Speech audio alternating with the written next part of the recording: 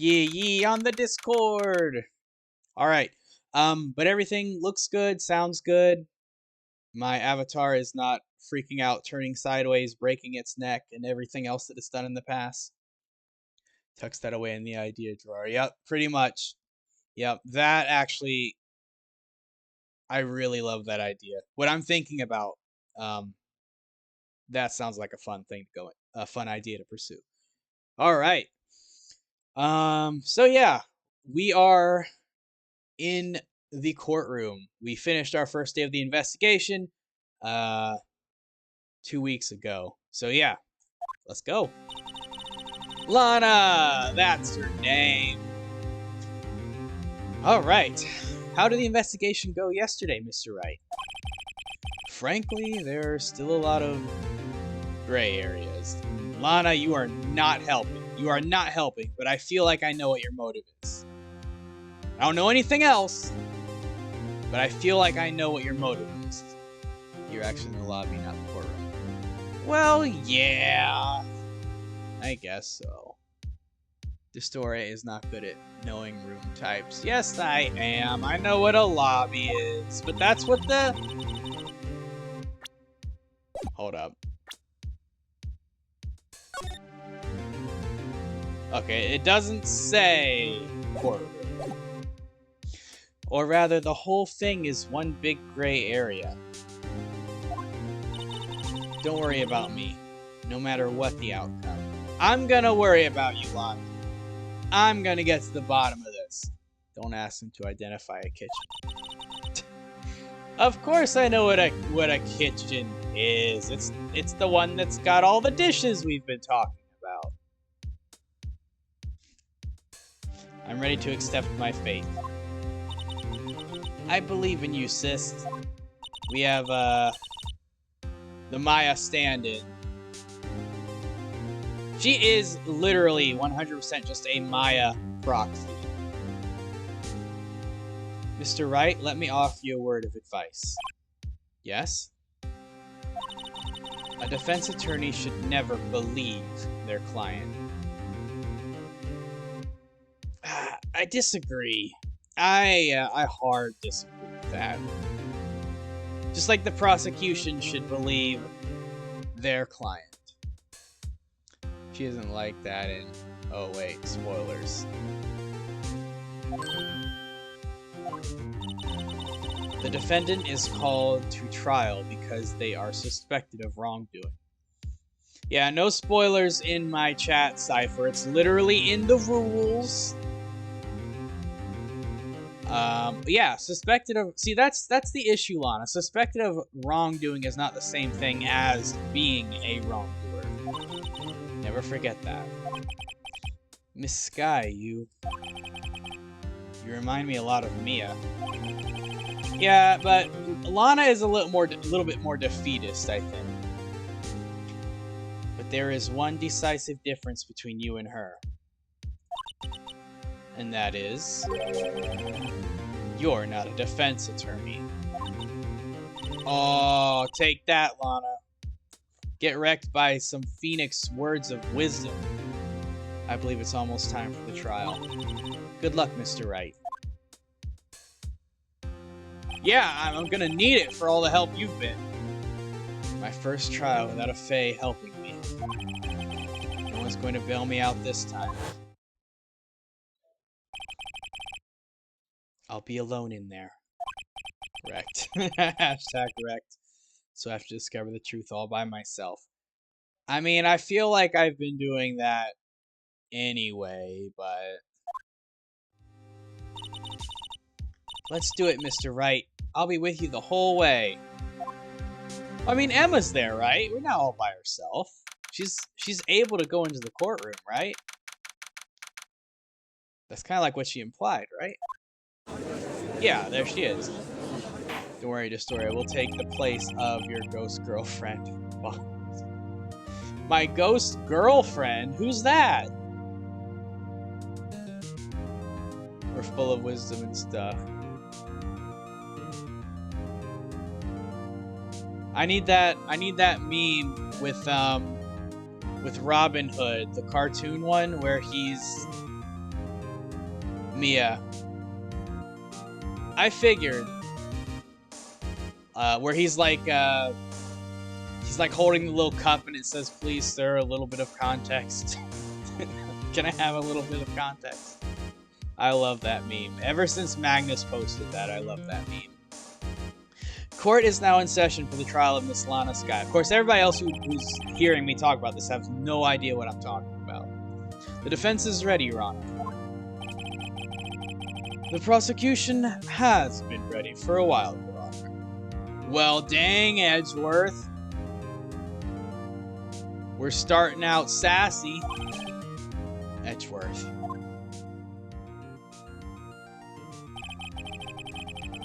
Two months. It's been 2 months, but I haven't been in a courtroom since his trial. Edgeworth has been waiting 2 months in this courtroom. I hope that personal feelings will not be a part of proceedings today, Mr. Wright. That's best character. Damn, Edgeworth. You working by the hour or something? I know. I will choose the path I think is right, regardless of what those around me might say. The judgment to be made here is in our hands, not those of anyone else.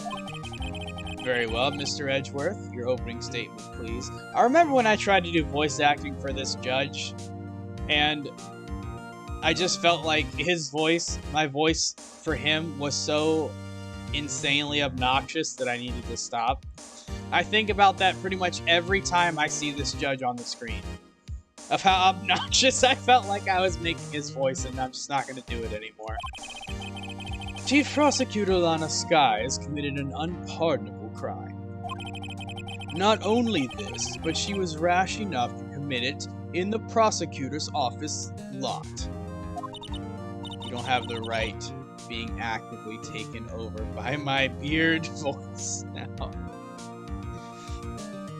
Yeah, I don't.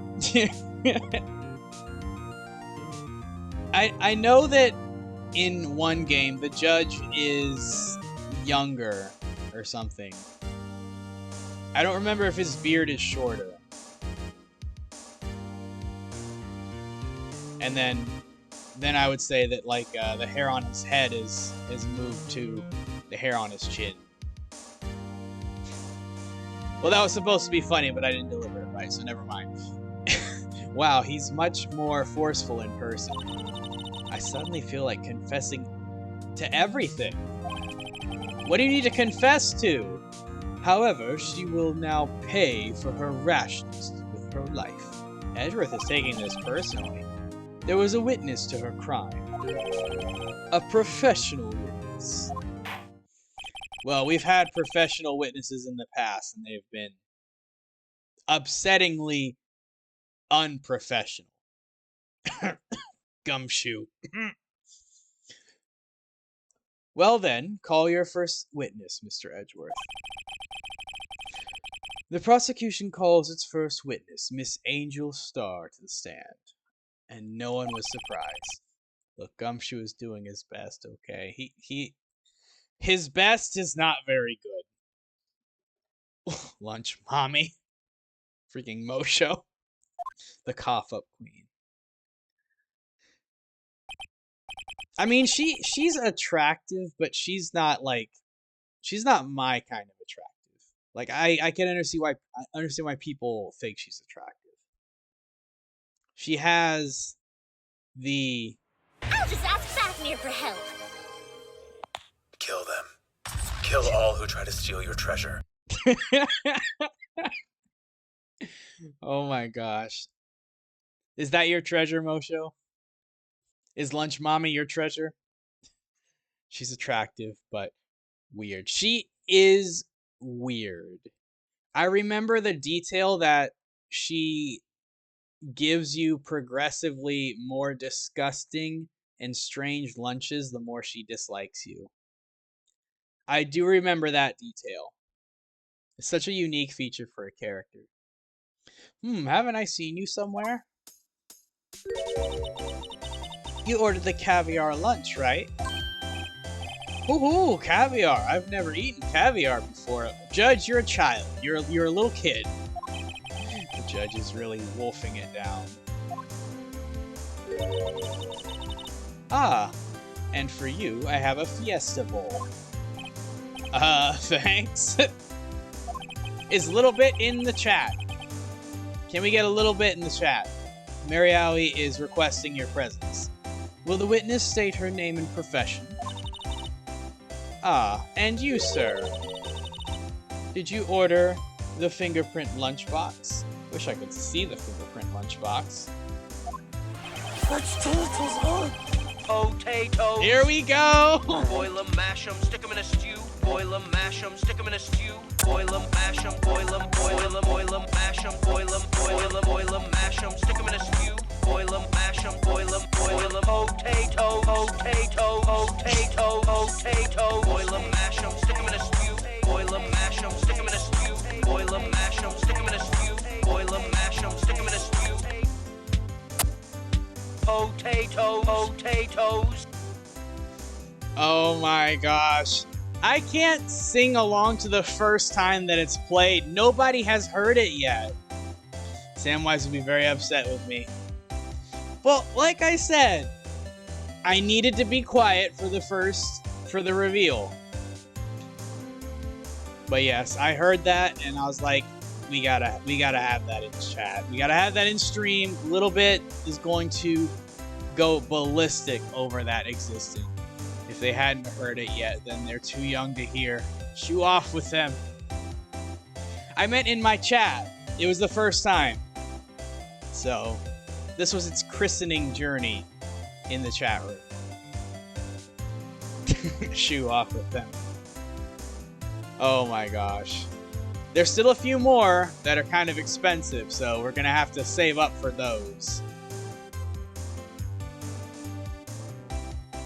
Alright. Is it too early for lunch?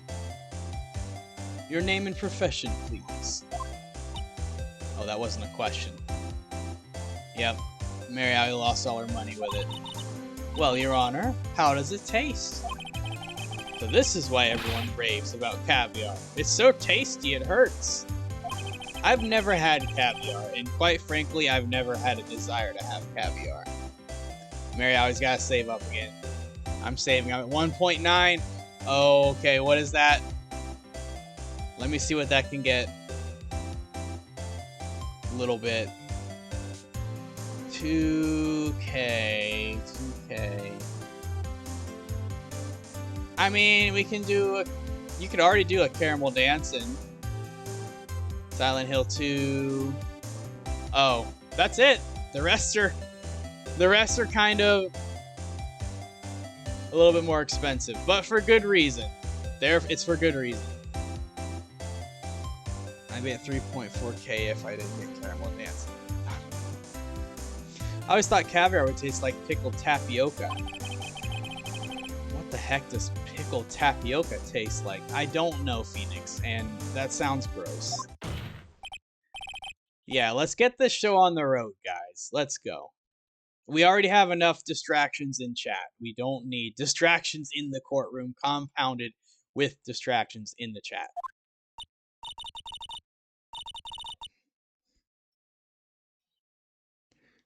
Me? The name is Angel Star. Don't go forgetting it.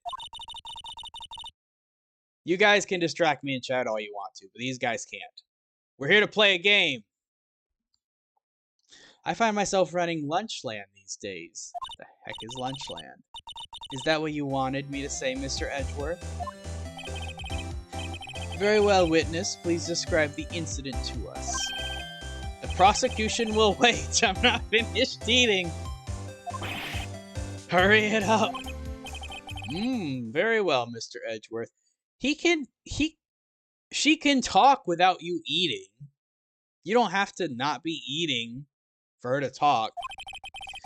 As you know, we usually call on the police to provide a description of the crime. Your Honor, as Mr. Edgeworth has said to the court. The judge can't multitask like that. No, he has to focus completely on chewing and eating.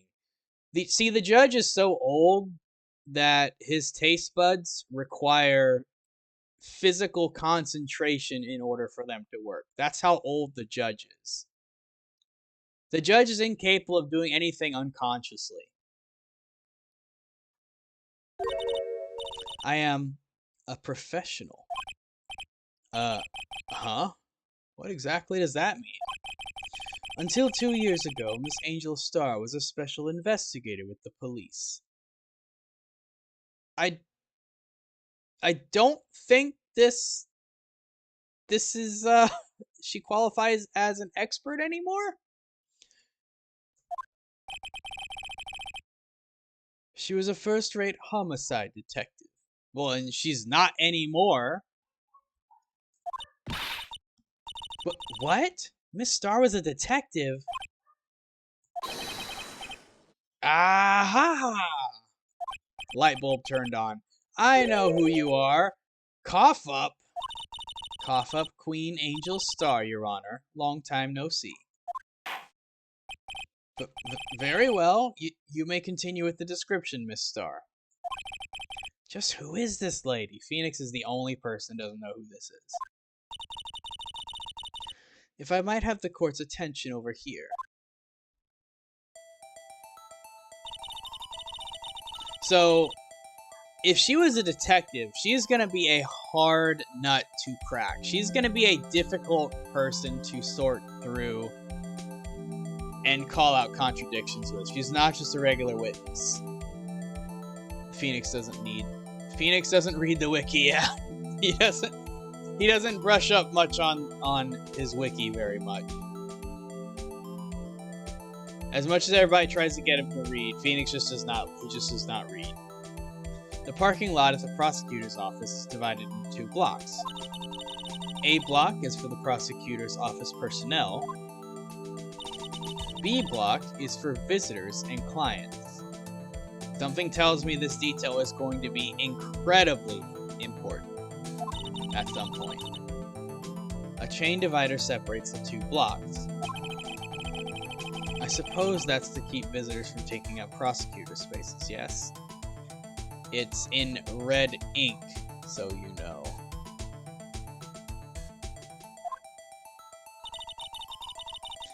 The crime took place by a car in the back of A block in the car's trunk. What's in red ink? The killer stabbed the victim with this knife and went to drive the body out. Okay.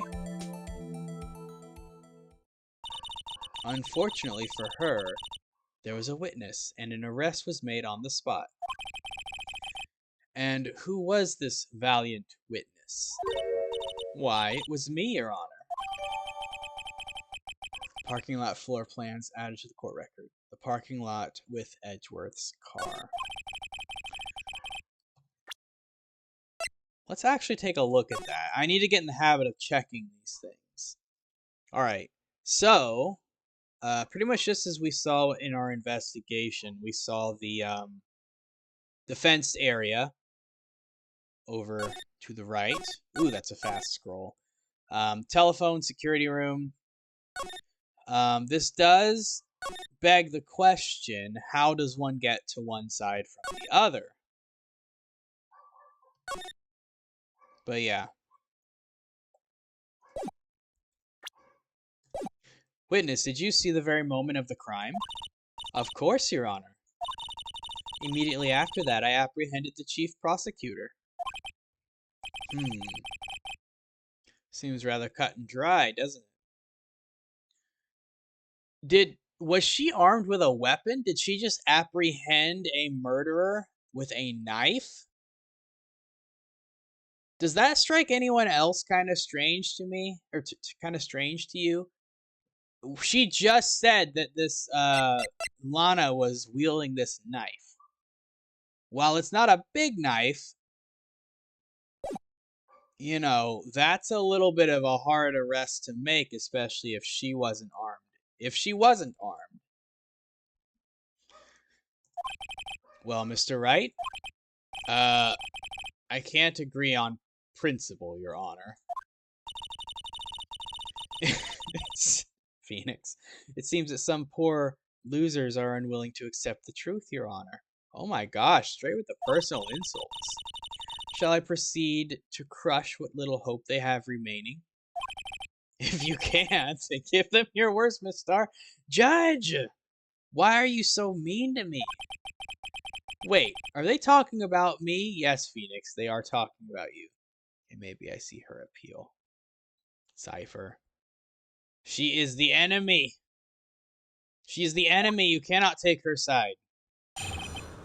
Do not take the side of Lunch Mommy. Lunch Mommy will betray you. I can see it in her eyes, in her Lunch Mommy eyes. Step on me, Lunchbox Lady.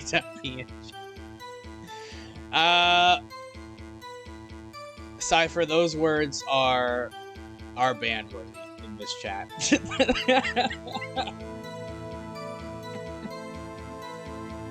that combination of words is cursed. Somehow, I always knew a day like this would come. New bannable offense, yeah. That specific line is its own bannable offense. I was on my way to deliver a lunchbox to my boyfriend when I sensed something. Perhaps it was my finely honed detective's intuition at work. Through the wire fence... Wait, through the wire fence? How'd you get over there? We just talked about this. I saw the chief prosecutor standing next to a garish car. The chief prosecutor was holding a knife in her right hand. Then she thrust the pointy tip of the knife into Detective Goodman's chest.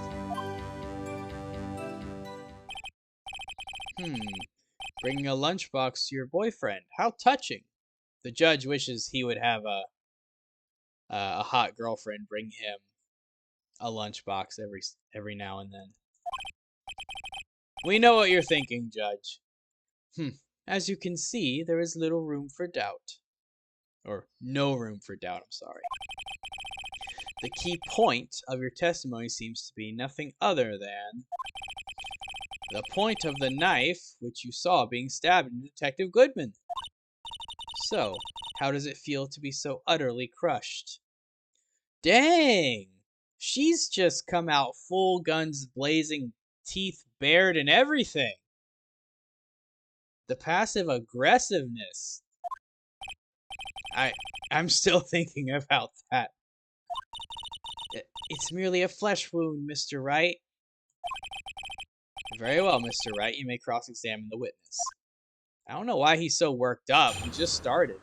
I don't think there's anything passive about this aggression. Yeah, I don't think so either, actually. It was very direct. That was direct aggression.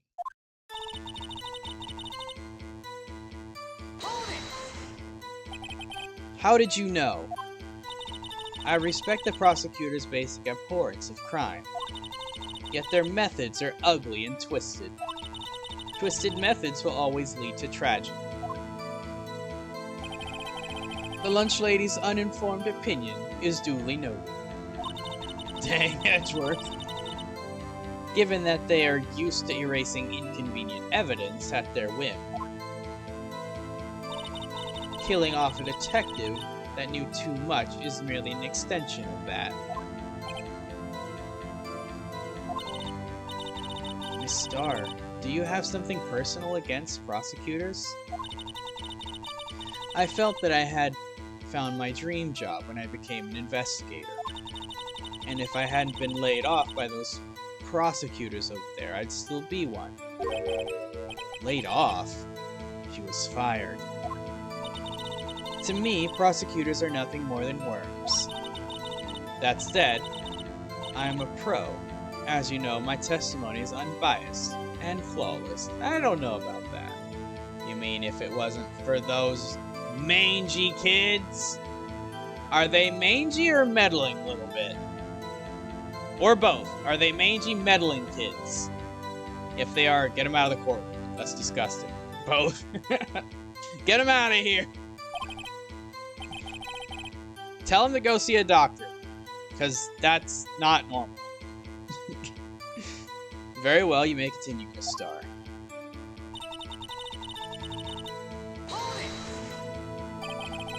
This boyfriend, he's the detective? Not that boyfriend, the security guard. That boyfriend. You have several? Yes, she does. Yes, this boyfriend, that boyfriend, and the other boyfriend. Well, hey guys, look! There's room for you all to be, on Lunch Mommy's radar. Wait, was it Lunch? Yeah, it was Lunch Mommy. Mosho, Cypher, and there's even room for one more. How about that? Mosho, are you seeing her without telling me? Well, Mosho, care to join? The yet another boyfriend position is still open for applicants. Alright guys, who's the yet another boyfriend? Who's this boyfriend, that boyfriend, and the other boyfriend? We have 4 boyfriends. This one, that one, the other boyfriend, and yet another. Who's who? Fight over it in chat. I'll stick with the lunches, thanks. Note to self, the judge had to think before replying. Mosho's the main hoe. Alright, Mosho's this boyfriend. The security guard room is in the lot, in A block. I get to be the primary side piece. Alright, so this and that. You guys are this and that. There's 2 more slots available for you guys that are interested. It's up on the 2nd level, so you can see everything from there. That would be the room with the security sign. I would also be curious where the security guard was at the time of this murder. Incidentally, did you bring your lunchboxes by car? Since I'm a visitor now, I parked in B block. Oh, so the defense attorneys have to park with the visitors. I see how it is. I see the respect we get around here. So, she was in B block when she witnessed the crime. Yeah, I surmised that from what she said. You sensed something? So you're saying you had a premonition of the murder. It felt like, how would you say? Oh yes. It was like the feeling you get when you view a pumpkin chock full of seeds. Yes. Yes, Angel, I think we're all familiar with that feeling. You guys know the feeling. I have no idea what that means. I'm right. For once, Judge, I'm right there with you. I am right there, head to head, eye level with you. I doubt that's gonna happen. Speaking of a detective's intuition. Wasn't the victim, Mr. Bruce Goodman, also a detective? Yes, well, he was like a young cheese. A young cheese. A pale white cheese, not yet tangy with experience on the streets. A greenhorn. It was his brother, Bruce Badman. Dun dun dun! Do I have a sound effect for this? Hold up, hold up.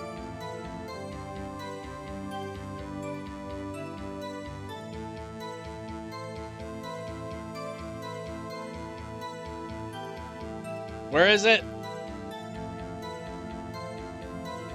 This one.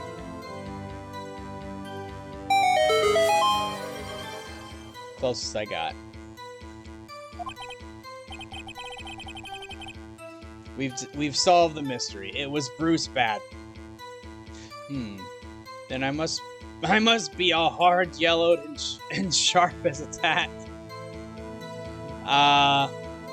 I would just stop with yellow, Judge. I would just stop with yellow. Yeah, with the odor of an old cheese to match. For a second, the judge was Sailor Moon. He was Sailor Moon. In any case, there in the lot, I felt something stirring in the back of my mind. That's where we're gonna get her, right there. How did she cross that fence in time to stop the murder? I'm sure of it. By garish car, you mean? Mr. Edgeworth's car, yes. Mr. Edgeworth's? Incidentally, the knife with which the victim was stabbed was also Mr. Edgeworth's. Wasn't it? Indeed it was. What an odd case this is. Yeah, we just started, Judge. It's gonna get worse, I promise. And the person you saw, you were sure it was the defendant?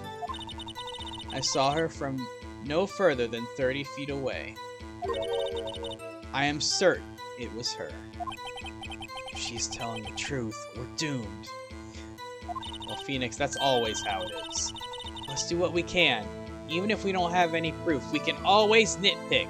Phoenix is classically amazing at that job. Judge, we're not even on day 2 yet, I know. Judge is already getting tense. Witness, in your testimony, you clearly stated the following. Prosecutors are nothing more than worms.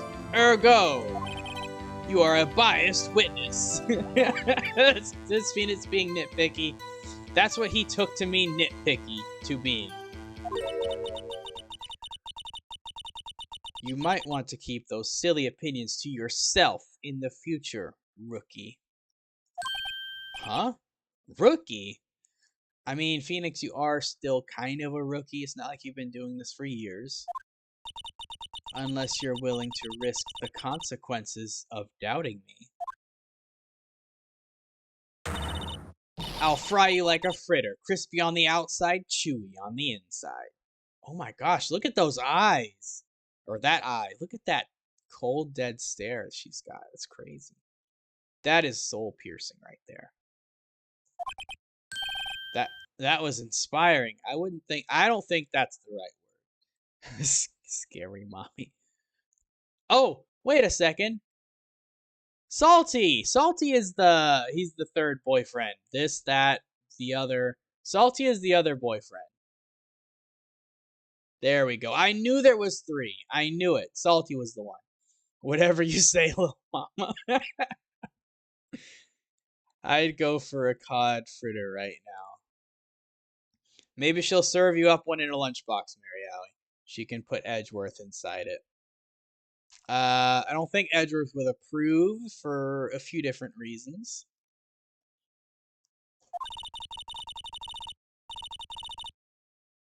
I believe I've heard that tagline elsewhere. You could cry plagiarism. Yeah, that's our golden ticket. Plagiarism. I may be relegated to the lowly post of lunch lady, but my instincts are honed.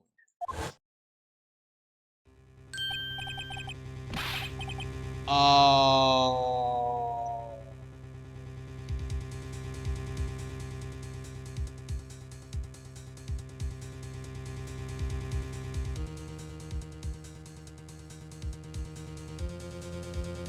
Okay, that's...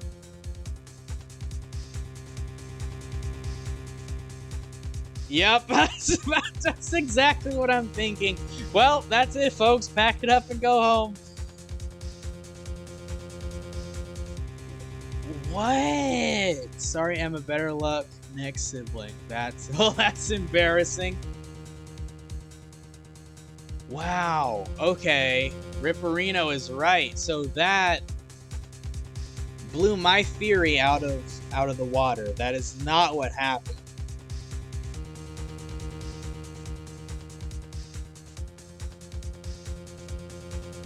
She could still be covering... I mean, we already know she's covering up something, right? She's not forthcoming with details or being helpful. Where's Meowg Nerd? Yeah, where's Meowg Nerd?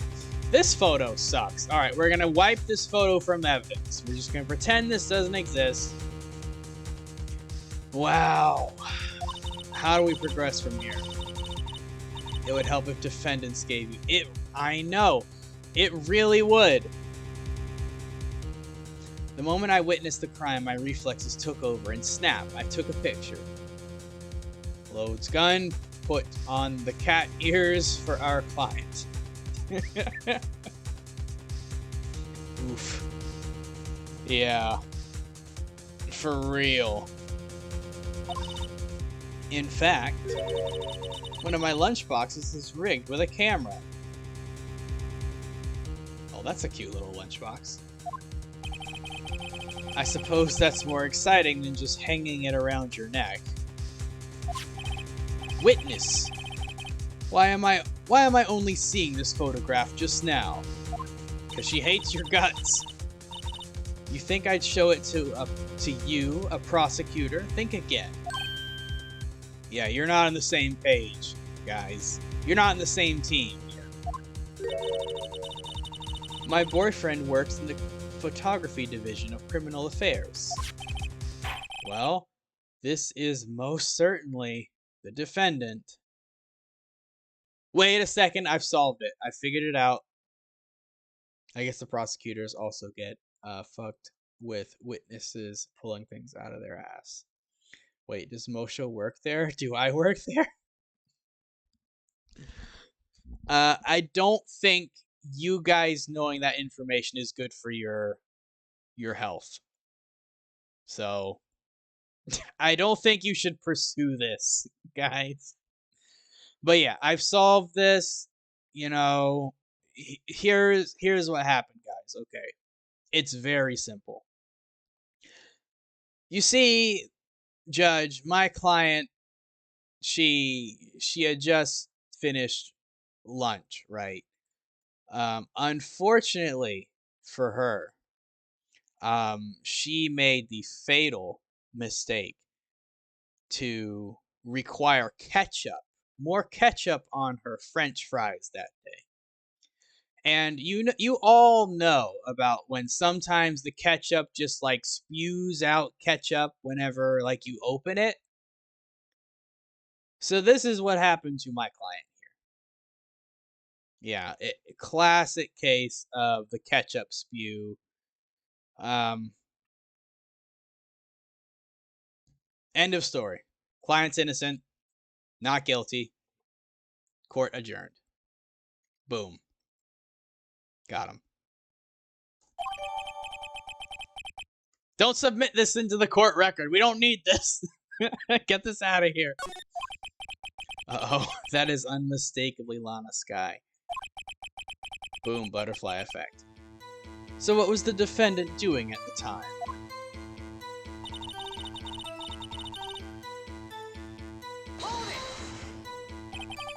Tell me more about this knife that the suspect was carrying. The jury will ignore this piece of evidence. Judge Mosho. Mosho, just step in and replace this judge, because this judge is worthless. Mosho is the new judge, everyone. Well, I'd say the blade was about 4 inches long. Is that right, Mr. Edgeworth? It is your knife, after all. Mosho, how did you get that helm? Yes, that's about right. Is that the only thing that was 4 inches long? You just need an eyebrow raising emote. A smiling emote with his eyebrows raising. Emotional damage. Watching Elden Ring streams. Was it before or after you had lunch with Lunch Mommy? It was Angel that sprayed ketchup on Lana. It makes sense. Lunch Mommy is guilty of horrible crimes committed against ketchup. Prosecutors are by nature well versed in the location of a man's vital organs. I'm sure it was easier than boiling an egg from my egg salad surprise set. I'm not the boyfriend with that length.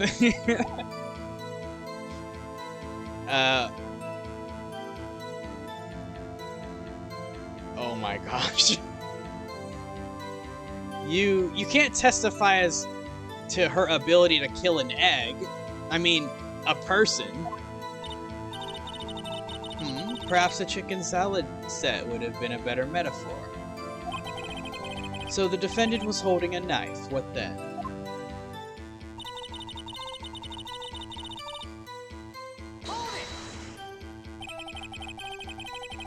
Tell the court why you didn't try to stop this crime. You did see her raise the knife to strike, no? The defense has a point. Unfortunately, by the time I realized what was going on, it was already too late. Too late? Yes, the next moment, the chief prosecutor brought down the murder weapon.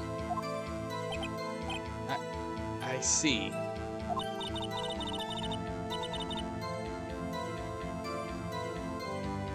Wait a second, that doesn't make sense. Died within an hour. Okay, it's within an hour and a half. Why is that so vague if she witnessed the murder happening? And why was he not saved? Because, like, hypothetically, if she killed him, well, if she stabbed him right then, and arrested on the spot, first responders plus her should have been able to possibly stabilize the injury, right? Or, you know, help with the bleeding? I don't know. Like, why is that time frame so large? That doesn't make any sense. You said that before. Anything else? She was on the wrong side of the fence, right? She was, yeah. But, you know, it's one or the other. She was on the wrong side of the fence, so how did she apprehend her and get over there? Or, if she can get over there quickly, why was she not able to save him? Or, you know, like I said, call 911. It's just weird. It's just, it doesn't seem to make sense. Scientifically speaking, Miss Starr's testimony is flawless. Sounds pretty fatal to me. What do we do? Is this it? Is my sister guilty? Let's just keep our heads cool and press the witness a bit, shall we? For some reason, having her panicking next to me makes me calmer. Don't smile like that! Alright, so that's it. Alright, let's go through it. No, actually, let's look at the evidence real quick. We have a lot of evidence for our first investigation day, and I'm pretty sure that's intentional. Oh my gosh, these weird controls.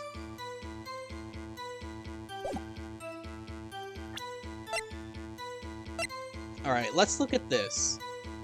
No prints. Alright, that's not gonna help us. That pretty much aligns with what we heard. Okay. This was suspiciously close to the time the crime supposedly happened. I think it was 3 minutes. 3 minutes before the crime allegedly took place. Okay. Done by the chief of detectives and created by Detective Gumshoe. Okay.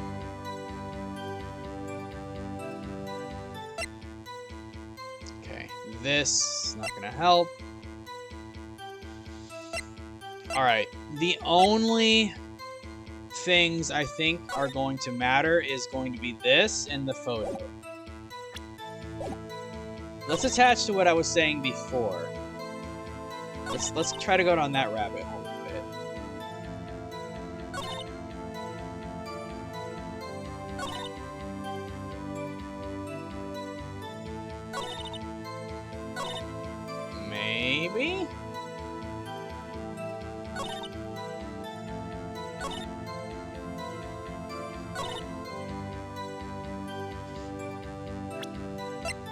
Oops.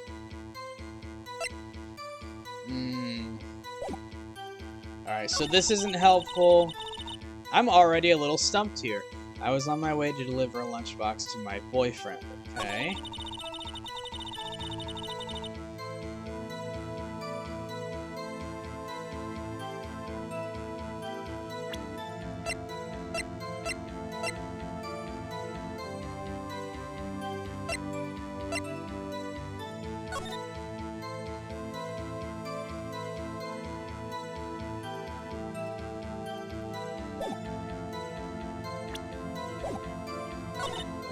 Through the wire fence, I saw the chief prosecutor standing next to a...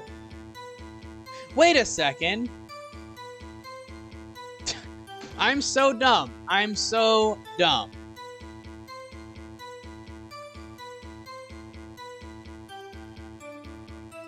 Is this gonna work? Because I just said it. Edgeworth wasn't even there. His car shouldn't have been there at the time of the murder. I don't have any... Wait, is it in here?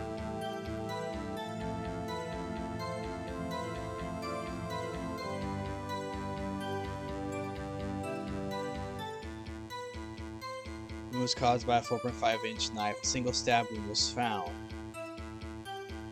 February 20, between 4 and 5:30. I don't have anything saying the exact time. That was what... I'm pretty sure that's what Lana said the time the crime happened on. At 5:15.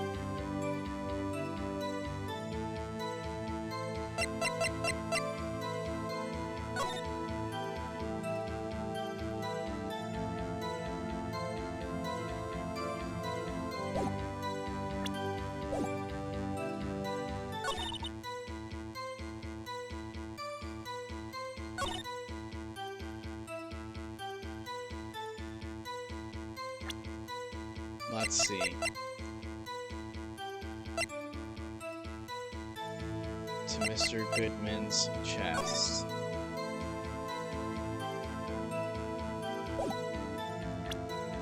I mean...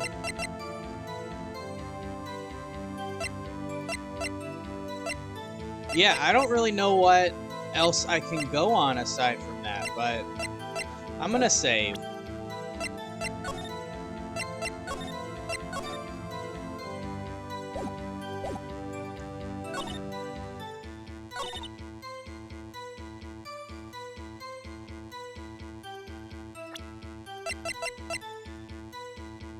This could be wrong, but let's see. Yep, it's wrong.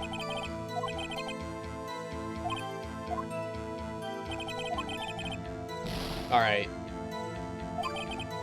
That's fine. I don't know why I saved. I'm not gonna load. It's just habit to just save before making what seemingly a mistake or a bad decision. Okay, through the wire fence. Wait, the photo. Let's look at this photo.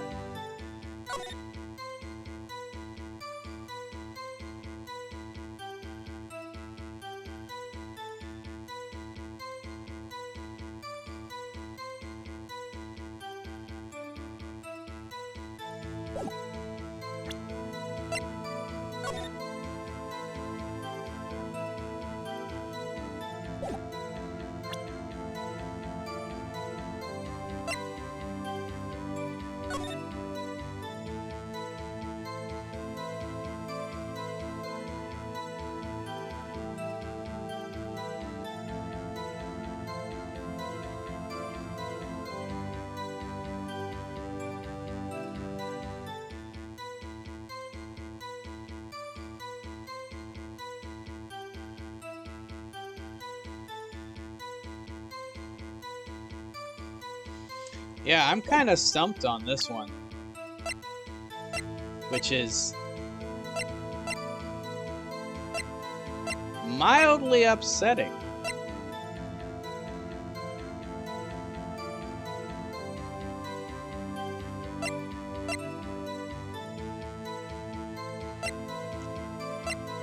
Let's reassert the fact that we're a defense attorney.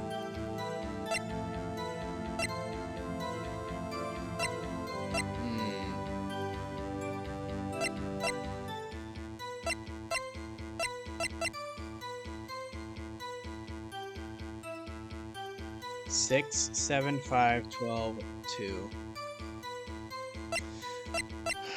Yeah, I mean, the only thing I can think of is why was she still there to take this photo?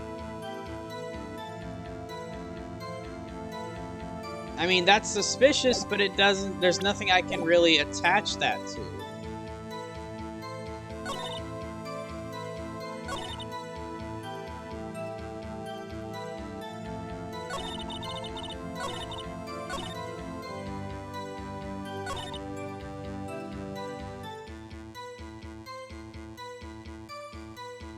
Some way to deliver my lunchbox to my boyfriend.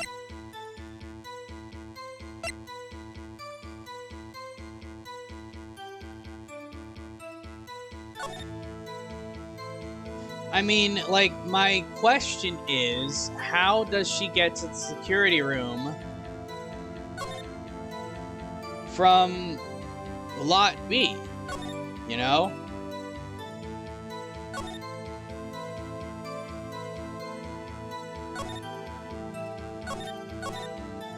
She said she has to park there, right? Let's press this one more time.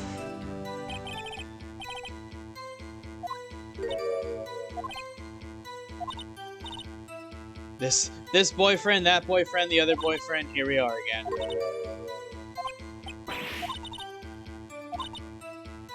The security guard room is in the lot in A block. Yes, I understand. It's on the second level, so you can see everything from there.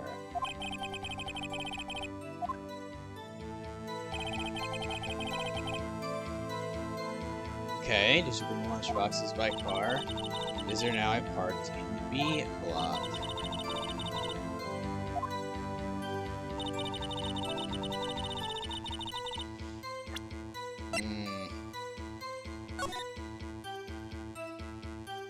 I'm gonna be so upset once I realize what this is.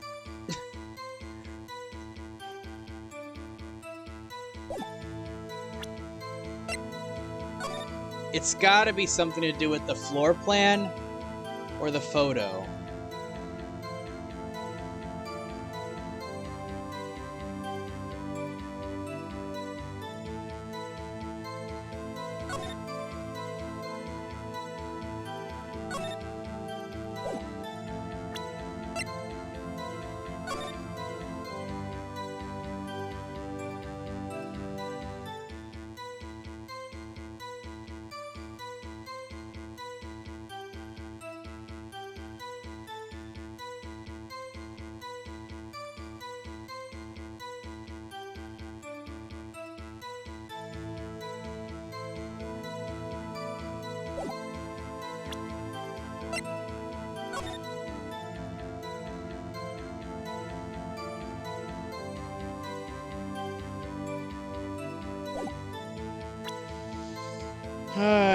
I mean, there's no knife. Is that what it's wanting me to say?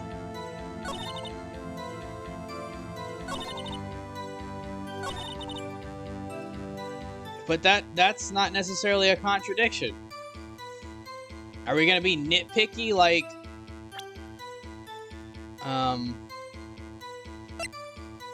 what she said? Don't tell if this is what it is, I'm gonna be so upset. Oh my gosh.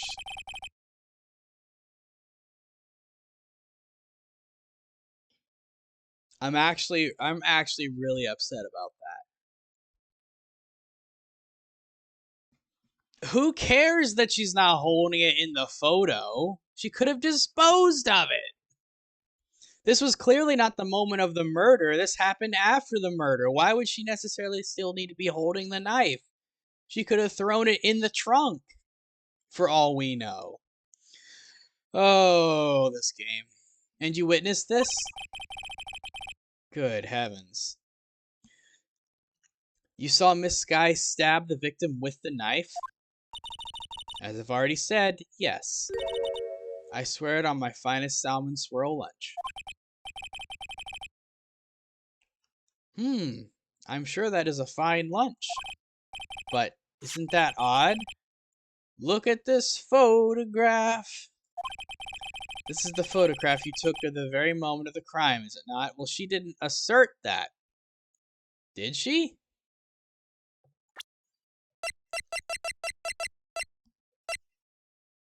The moment of the crime as photographed by Angel Star.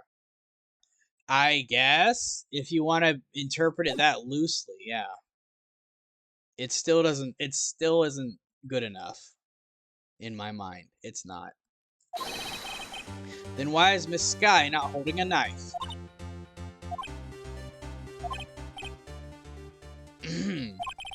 Mr. Edgeworth, your thoughts? Objection. That was the weakest objection. Oh my gosh, he said the same thing. The weakest objection ever, Edgeworth. Yet it was still stronger than your feeble mind, Mr. Wright. What do you mean, Mr. Edgeworth? See, this is exactly why I didn't go down this line of reasoning. I thought about this even before I said it. This is exactly why I didn't present it, because it doesn't make sense, and Edgeworth is going to point to how it doesn't make sense. This is exactly why. This photograph was not taken the moment before the stabbing. This was taken the moment after the stabbing. I'm so upset with this game. It's penalizing me for something that it clearly knows doesn't make sense. And how can you tell that? Oh my gosh, Phoenix, you were being so dense. Blood splatter. Huh? See the dark crimson stains on the chief prosecutor's coat? But it's a black and white photograph. Ah, yes, it's hard to tell, but this could be blood. Well, Mr. Wright, I see no problem here.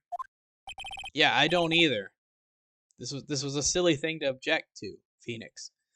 No problem except you.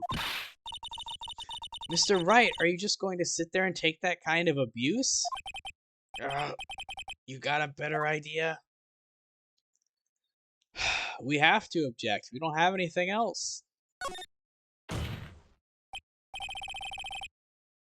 Wait, that contradicts what the witness said in her testimony.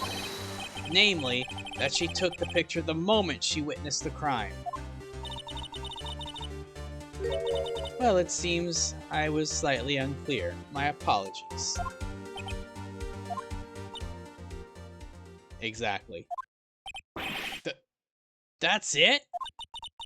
If you run out of lunch, you order seconds. Problem solved. If you don't like it, try ordering the jumbo-sized lunch from the get-go. Good advice. I'm not sure I understood it, but good advice. I didn't have time to stop her.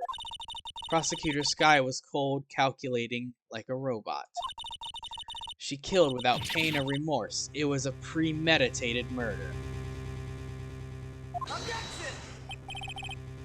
Premeditated? How do you know? That's what I'm thinking. How does she know that? Look at the chief prosecutor's hands in that photograph. Well, are those gloves? Surgical gloves made of thin rubber, most likely. Why would she have those on? If it was not premeditated, she would not be wearing those gloves.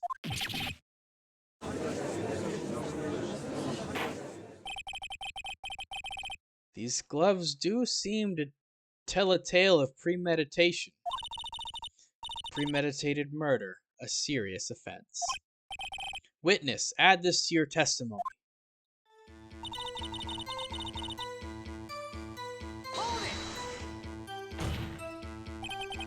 What if she was just in the habit of wearing gloves, like driving gloves?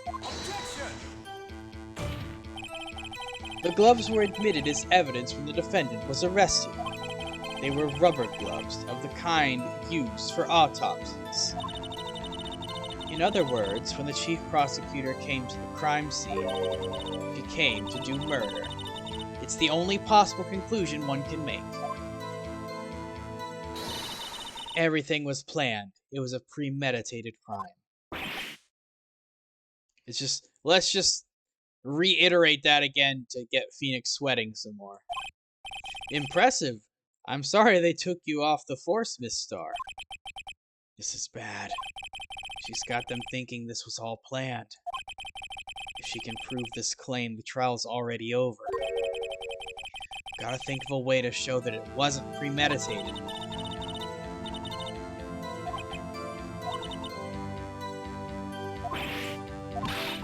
We heard all this. Alright. So, we need to prove that it was not planned / premeditated.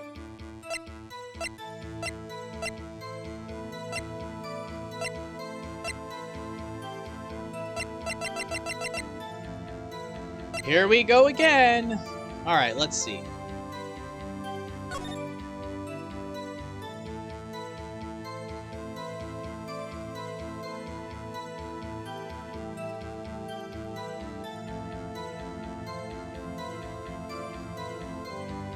I mean, she's not hiding her face or anything.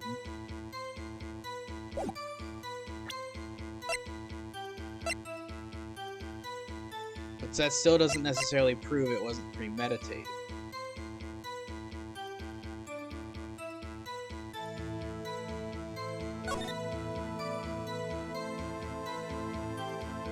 Zoom in.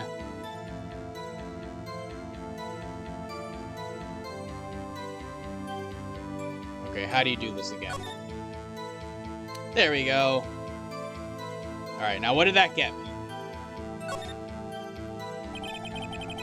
There's no need to push this again. What's wrong? You look like I do during finals. Never mind, it's nothing. Alright, well.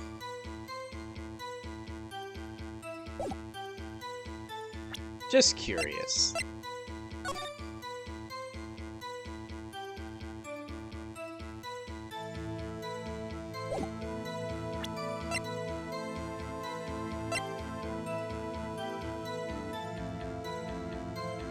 The murder was planned. Man, this case is hard.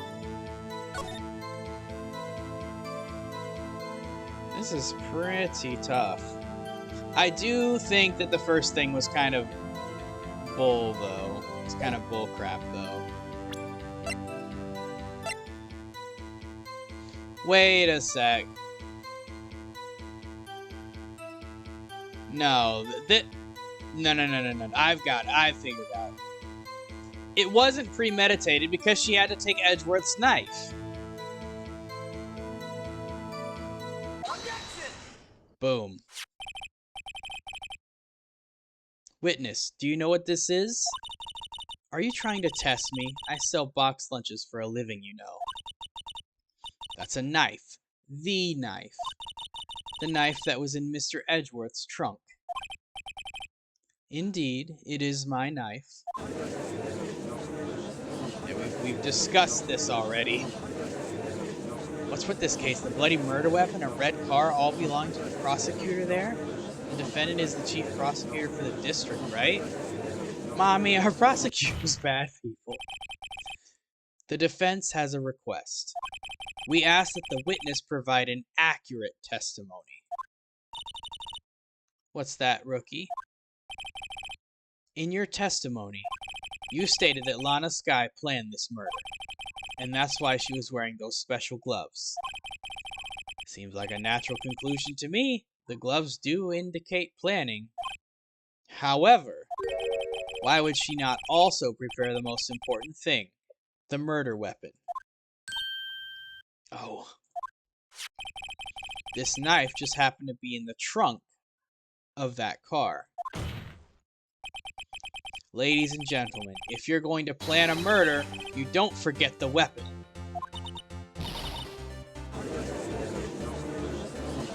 Yep. Have to agree. Order, order. Order. Great, now the tide is turning in our favor. Great show, Mr. Wright. My sister's as good as free. I don't know about that. Right. I believe the next lunch you'll be eating is humble pie. What? I'll pass on the humble pie. I hope you weren't deluding yourself into thinking that the tide has turned. I mean, he kinda was. Not over such a trifling detail. But this shoots a hole in the whole premeditated theory. Bah. The prosecution could care less if it was premeditated or not. Yeah, I mean, she's still currently very likely the murderer. The only one who seems to care is that lunch lady over there. Could care or couldn't. Grammar matters. Couldn't care less. Yes. I believe that's what he said. But the word said could. They said could. Roll the tapes. Rewind. Figure out what he truly said. The defense could care less. Yeah, I think you're right a little bit. I think it should be couldn't. A little bit. The grammar police. On top of her game today. The defendant, Lana Skye, murdered a detective with a knife. Means that they do care at least a little bit. Just a little bit. Objection! Yes, objection is right. Oh, that's such a perfect sound alert to have while playing this game. Guilty. Guilty, guilty. Edgeworth is guilty of grammar mistakes. Clap him in irons. Throw him in. He's going to the dungeon. 15 years in the dungeon. That is the only thing the prosecution needs proof. Nothing else. Very good, Mr. Prosecutor. I suppose you think you're clever now. But you know as well as I do that she planned on killing him. It was planned. If it wasn't, why would she be wearing... Lunch Lady seems to really hate Lana. I think there's something between these two. There's something that goes in the past between these two. She is way too invested in this, especially saying it was premeditated. She latched onto that and is doubling down on that even. I believe I'd like to hear your testimony again. Witness, please tell us only what you saw, not what you thought. How dare you? My powers of deduction are not to be underestimated. Really now?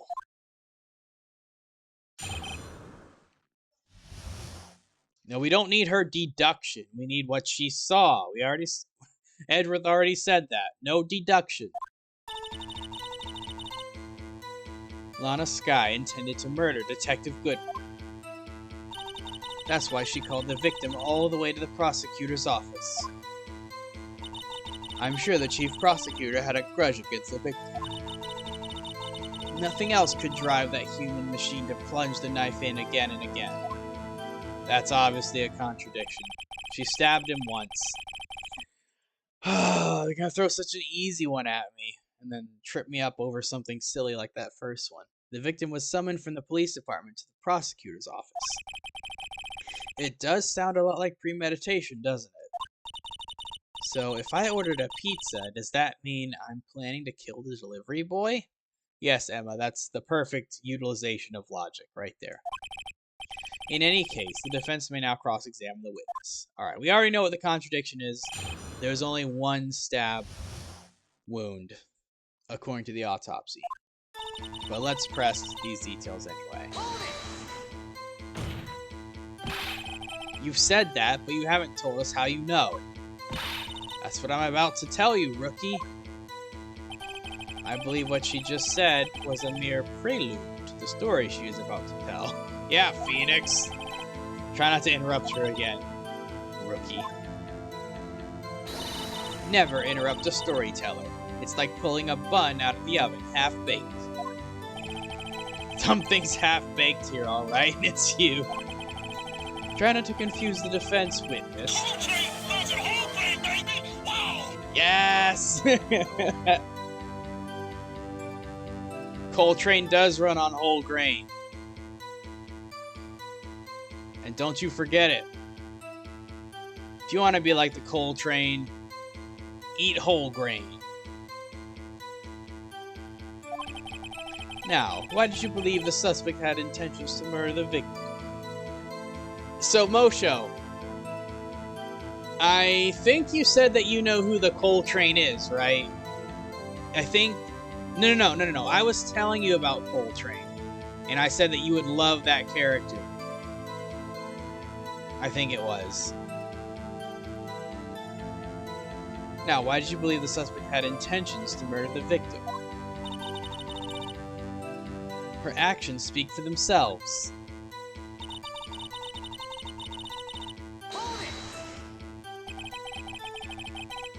You have no proof that Miss Sky called him there. You have no proof that she didn't. Well, you're a witness. You're not here to speculate and theorize and say what you want to believe happened. That's not what a witness does. Mr. Edgeworth, thoughts? There is no record of a call made on the defendant, Miss Lana Sky's phone. You might have written him a letter. Come on. You could have tried public phone first, at least. In any case, the victim came to the prosecutor's office where he was murdered. I'm sure he had a reason to be there. Witness? Why did you think it was the suspect who summoned the victim that day?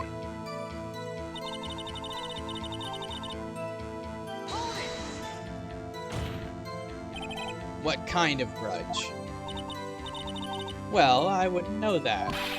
Of course you don't. That's because she didn't have a grudge. Rookie.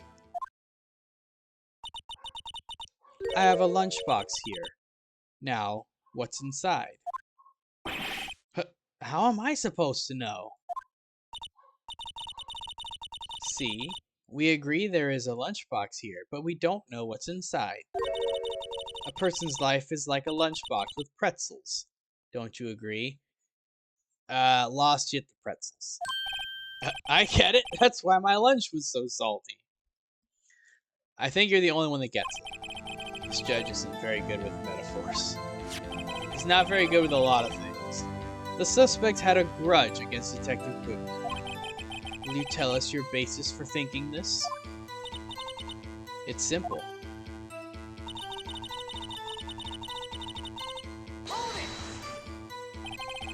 A human machine? That's a contradiction. Phoenix, you're making yourself look really bad. Please, can't you find fault with something of substance, Mr. Wright? Note to self, Mr. Edgeworth's eyes smell like citrus fruit. How did you smell that all the way over there?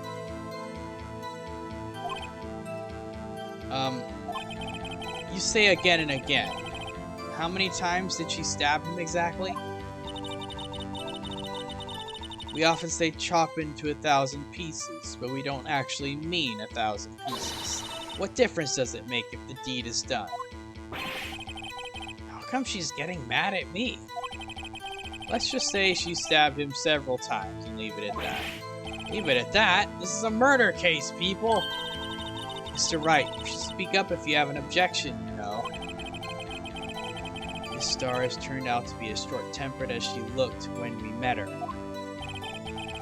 Challenging her abilities as a detective really set her off. The short wick burns out the fastest. It's a scientific fact. I wonder, what Would it depend on the size of the candle? I mean, add more wax and even a really short wick will burn longer. Obviously, more scientific testing is required. Alright, let's get her on that contradiction. Oops. Oops. I skipped it. Go back, go back. Alright. This is so painfully obvious that it's insulting. It's insulting to my intelligence. You say she stabbed him again and again, but you couldn't have witnessed that. Are you testing me? Then I'll test you. Here comes a lunchbox. With my moss surprise. Mmm, delicious. I'm afraid the moss is growing under our feet as we wait, Miss Star. Oh, sick burned. Mmm, mossy. She did not appreciate that. What do you mean? I shouldn't have to explain this, but take a look. The autopsy report states that death was due to a loss of blood from one stab wound. Aha! You're right! Good show, Mr. Edgeworth. It wasn't Edgeworth! What a hunk! He's my hero, really. Poor Phoenix. What about my objection? No one noticed? Well, witness. You got the crime scene set, right? Edgeworth, such bravery. Yeah, Edgeworth. That's about how this is going. Thanks. I always believed that no one could ever mistake ketchup for blood. But now I realize that such mistakes are possible. So, you're saying you mistook something for blood? What? This is actually... What? Okay, I was just kidding before about that being ketchup. Are we actually rolling with this being ketchup? When she lifted her knife, I thought I saw blood at her breast. Splattered blood from her victim. That's why I thought she must have stabbed him at least twice. Then tell us what you saw that you thought was blood. Testify. What the heck?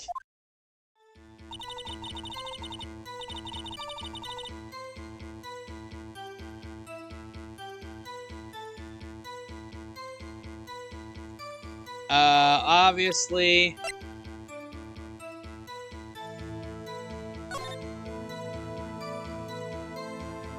It's not red. I'm so upset that that first thing that wasn't even a real contradiction was the thing that stumped me so bad, and now the rest of this is so painfully, ridiculously easy.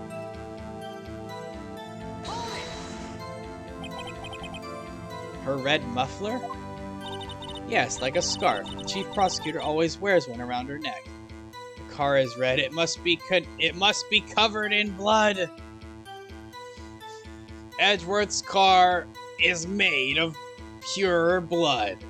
The blood of all of the defense attorneys that opposed him. Yes, like a scarf. The chief prosecutor always wears one around her neck. So she can be easily hanged at a moment's notice, I suppose. She's right. This guy was wearing a red scarf, wasn't she? But wait. Isn't it odd that you mistook that for splattered blood? Well, people often mistake my beard for a bib. Thanks for the confession, Judge. His very fuzzy gray bib that he just happens to wear at all times. A judge with a bib. That's why this place feels so much like kindergarten. Oh my gosh. If only Phoenix said that out loud, that would be the sickest burn of that judge's life.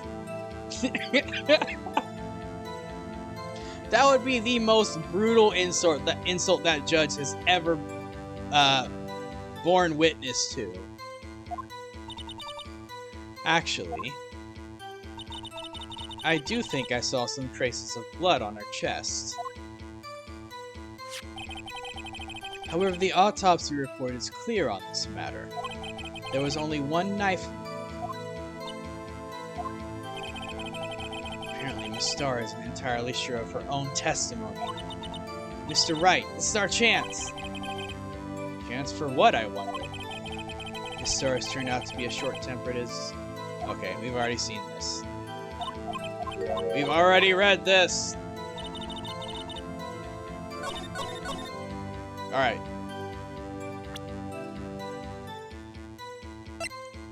The only thing is, her scarf is not here. And it's not the thing covered in blood. Silly game. Miss Starr, I demand an explanation.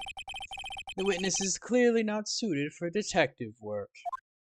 Edgeworth taking the glory again. Look at this. It's intentional now.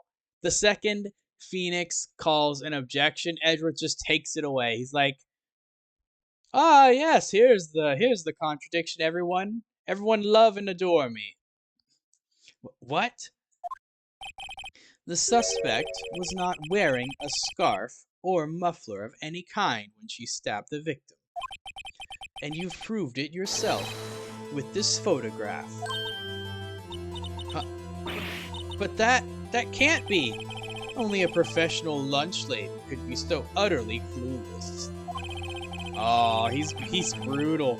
Congratulations. Perhaps you finally found your true calling in life. Harsh words, but good.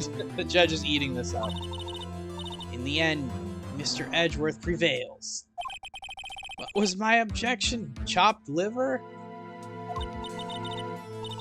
But it was there, a scarf. No, not that, but something red. Really. Well now, where were we? The witness has given us an entertaining interlude, but back to business. What? Very well, witness. Continue your testimony. What is she testifying about? She's testified, like what? This is the fourth time? How many times are we going to hear her testify? You saw the crime and apprehended the suspect. Tell us about that. Very well. I do remember some things accurately, at least. Ultimately, we couldn't shake the most important part of her testimony. The most important part? Yeah, that Lana is the murderer. The part where your sister stabs the victim. This next testimony might just be the moment of truth. I don't think it's going to be that simple, Phoenix. After the murder, the suspect attempted to run behind a partition off to her side. Okay, that's this right here. I quickly caught her, explained her rights to her, and arrested her on the spot. Ah, yes, when I arrested her, she mentioned the muffler. That's what had me confused in my earlier testimony. The chief prosecutor made to escape, but against Angel Starr, resistance is futile. You're quite determined about the scarf, aren't you? I strike like a snake and bite like a cobra. That's the same thing. That's me, Angel Starr. Hey, Salty, the food milk. First thing I see, gonna be a good morning and stream. Hey, welcome in, Salty. Yep, lunch mommy is here. And apparently you have competition with Cypher and Mosho, who have claimed to be her boyfriend. So, Hey, Magnerd, how's it going? Welcome in.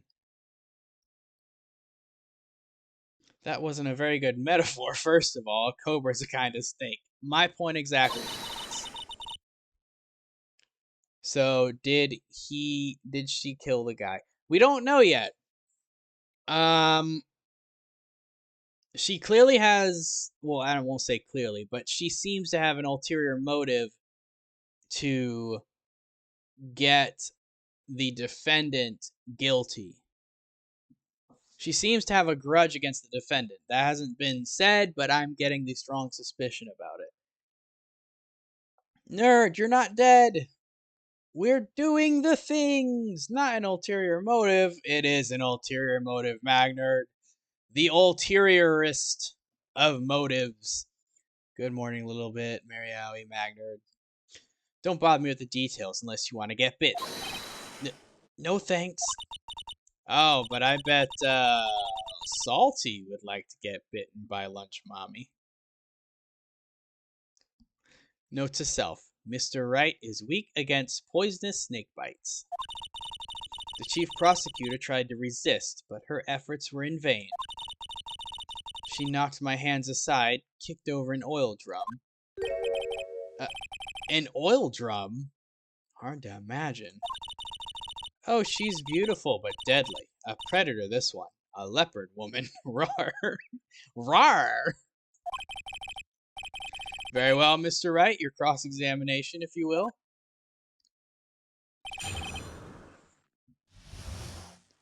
They can date her. I'll just NRT them. I don't like being bit, but it makes me feel alive, and I find that unbearable. I'm sorry to hear that, Magnerd. Wait, Magnerd? Magnerd! Are you not a VIP? Magnerd is not a VIP. That's crazy! Magnerd! Why have you not told me of this? Somebody! VIP Magnerd! Magnerd is honorary VIP. It's okay, I don't deserve it. No, Magnerd, you do deserve it. And we're gonna no, I'm gonna do this personally. I am going to stop what I am doing. We're gonna go to Twitch, and you will become VIP'd in this moment. You deserve it, Magnerd.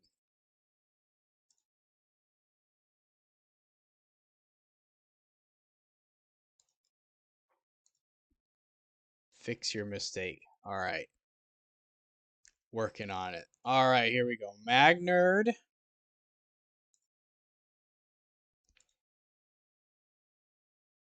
There we go.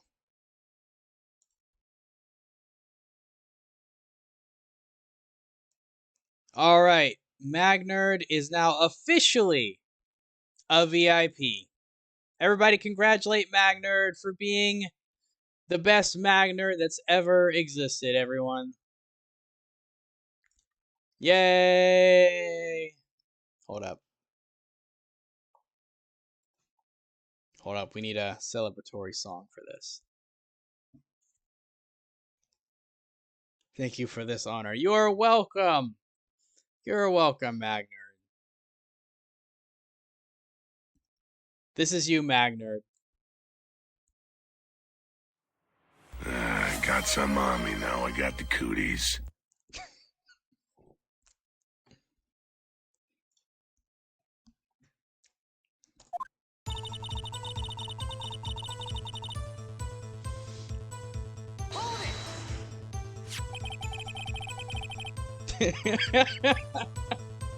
Nice. So, where is this partition on the floor plans? I'm sure she means this wall next to the car. That's right. There was a wall there, about 6 feet high. She was obviously trying to hide herself. Quite a natural thing for a criminal to do. And what did you do then?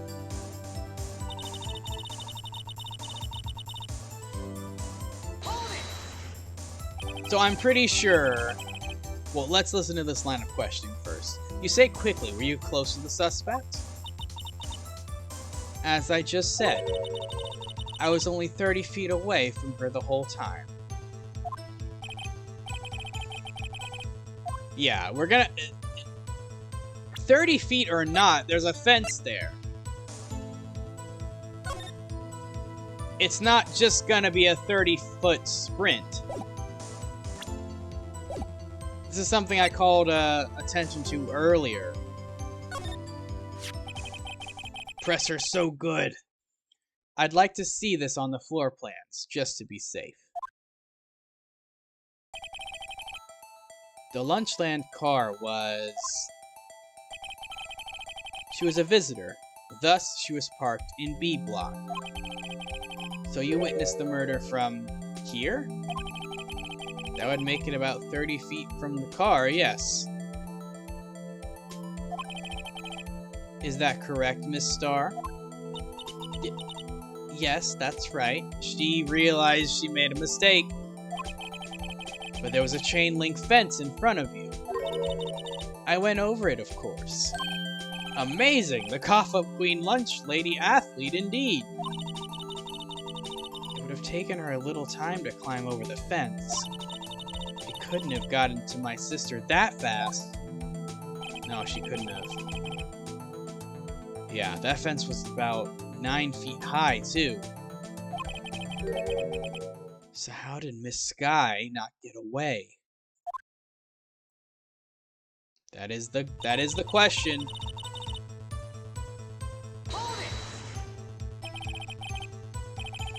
She mentioned the muffler?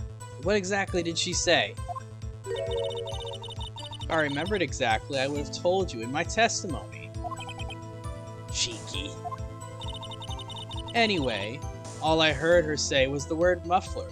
Yeah, she just like, she gets arrested and then Lana's like, muffler! That's all she said.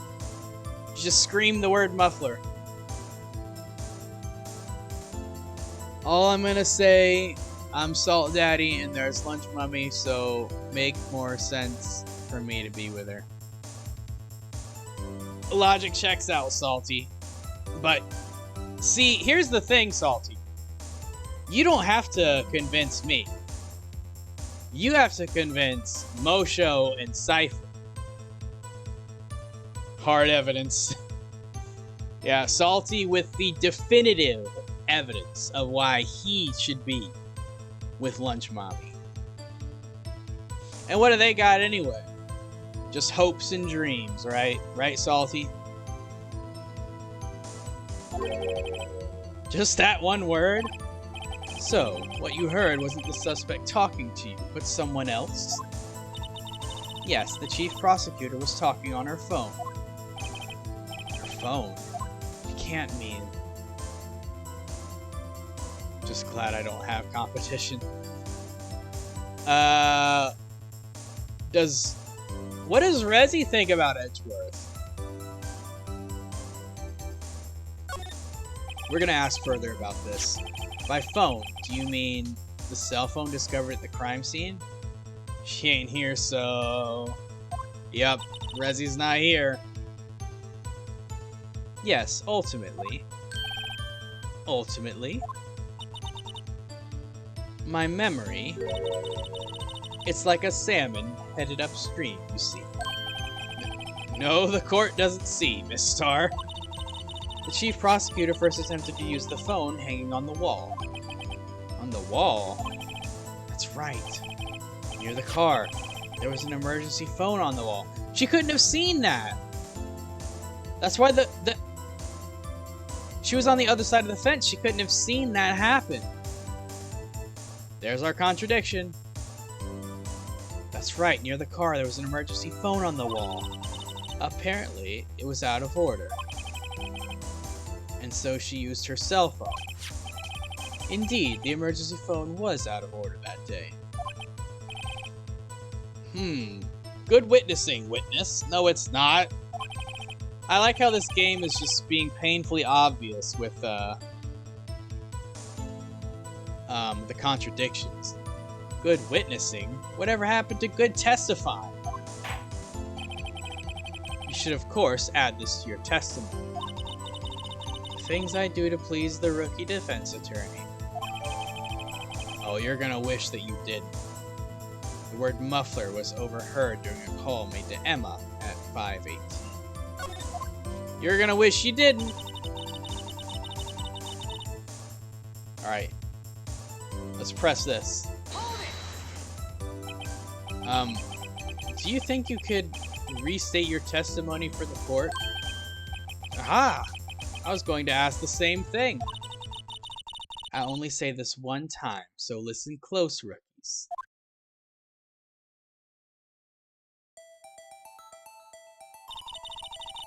It's gonna make this painfully obvious. The chief prosecutor stabbed the victim and ran behind the partition. Then she picked up the emergency phone on the wall, but it was out of order. She then pulled her own cell phone out of her pocket. And during that time, you climbed over the chain link fence.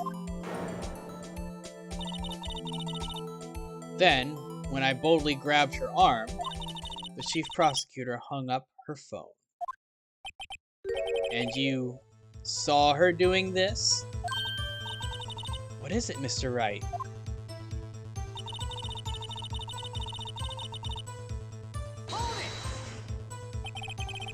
She made to escape. Can you be more specific? She brushed aside my hand and ran. It was a terrible sight to see. Like a dollop of lard on a pâté of foie gras. Faux gras. Oh my gosh. Pâté of foie gras. That's probably wrong. I bet Lunch Mummy has that grippy. Grabbed her arm. That's assault. Secondary charge. Objection. Double jeopardy. All in one sentence, Magnard says. Let's turn this whole court case around. New trial, new court case. Forget this one. Let's start a new one. This one's getting kind of old anyway. Let's just start a whole new one. Huh? She even kicked over an oil drum at me. An oil drum? There was an oil drum lying on its side at the crime scene. But it's strange. What's that? If she wanted to escape, why didn't she just run the other way? Ah! The parking lot entrance! That's right. Doesn't make any sense that she would run from behind the partition to the oil drums. Oh, posture check. Yes, thank you, Salty. My posture did need a good check.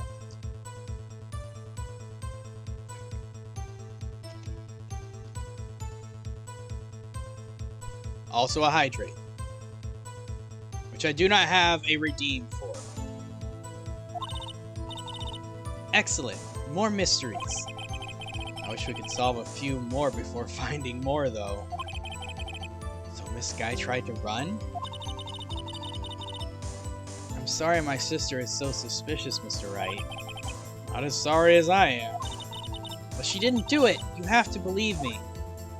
Alright.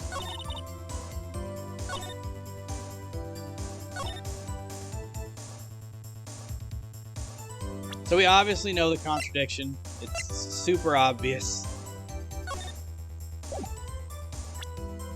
So let's go. Miss Starr, I have to conclude that you have a personal grudge against Miss Lana Skye. I wish I was suspicious enough to catch these hands. Don't worry, Magnard. You'll always be suspicious in my heart. Objection! The witness is a former detective. Her testimony is unmarred by personal bias. Well, who would have thought you would be my knight in shining armor prosecutor? You who, together with the chief prosecutor, kicked me out 2 years ago. There's her grudge. She just admitted she has a personal vendetta. A potential personal vendetta. In like the very next thing she said. Well, Miss Starr, this is a fatal contradiction with your testimony. How do you explain this? I don't know what you're talking about. Mess with me, and I'll make you cough it all up. Let's look at the floor plans. You said you witnessed the crime from this point. However, if that's true, you couldn't possibly have seen Miss Sky making that phone call. I believe you see what I'm getting at. That emergency phone was on the backside of this partition. If indeed you were in B block, you couldn't have seen it.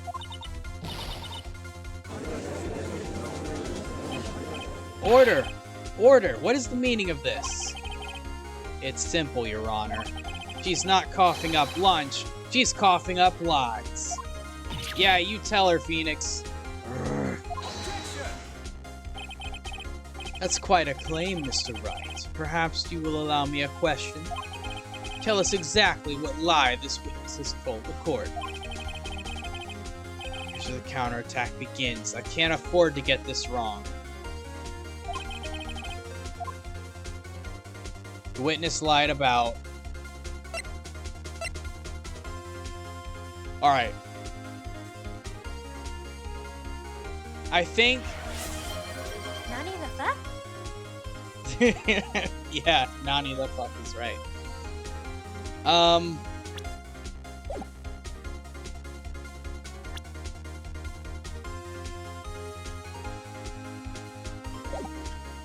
So, I'm inclined to say where she saw it.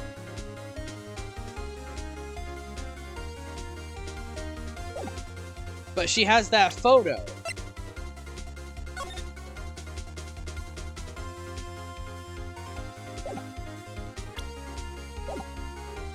The order of events? What she saw.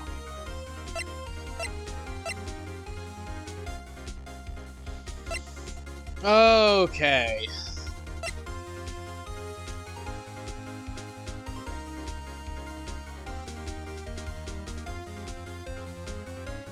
I gotta think about this one. The order of events.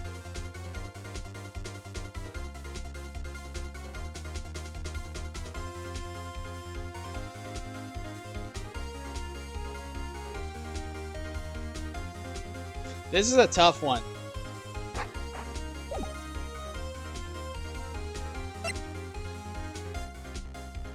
So...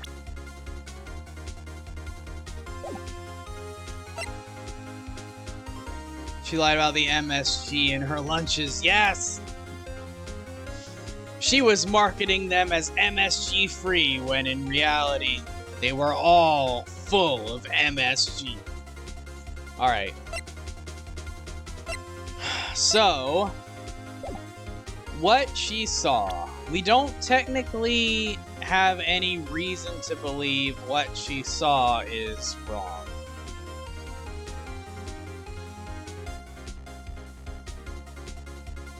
I mean, she's lied about what she saw.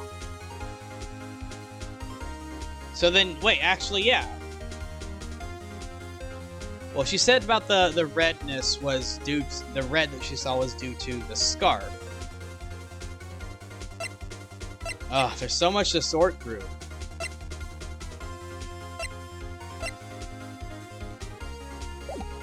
The order of events. What would that mean? That's such a broad statement.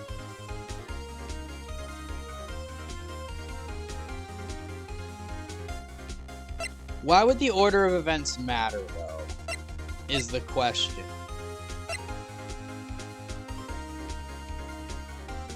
So, this was added to the court record. The word muffler was overheard during a call made to Emma at 5:18.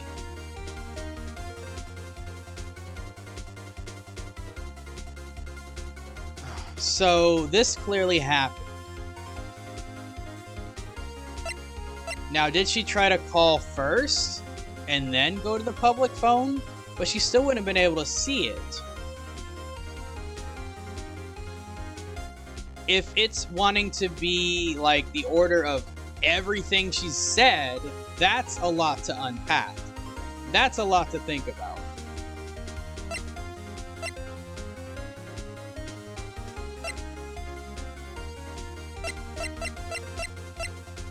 The only thing that's tripping me up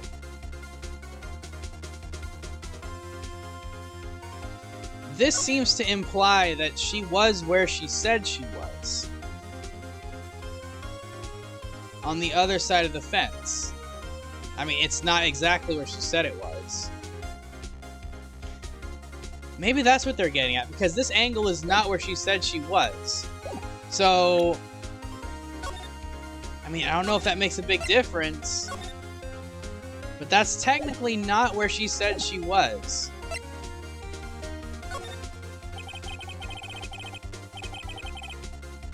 Miss Sky tried to use the emergency phone, but it was out of order. That's definitely a fence in the pick. Yep, it is. What is significant about this fact? Nothing. Therefore, it would be pointless for Miss Star to lie about it. Pointless to lie, I see. But say the witness did actually see Miss Sky using the emergency phone. It would mean Miss Star witnessed the crime from a different location.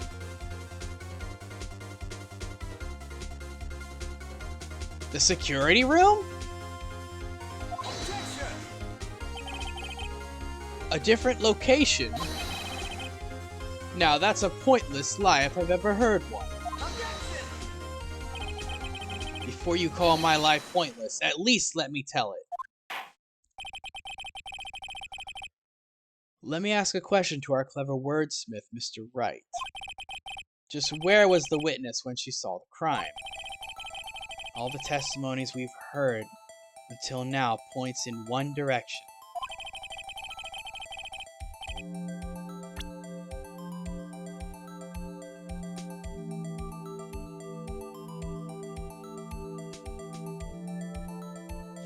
Well, I mean, she did say she was going to the security room to give her boyfriend a lunchbox.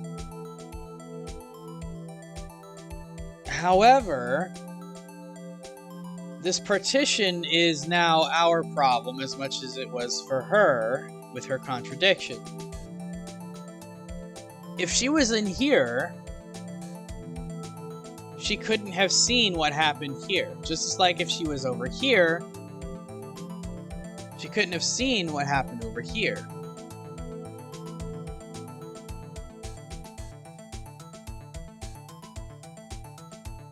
The only way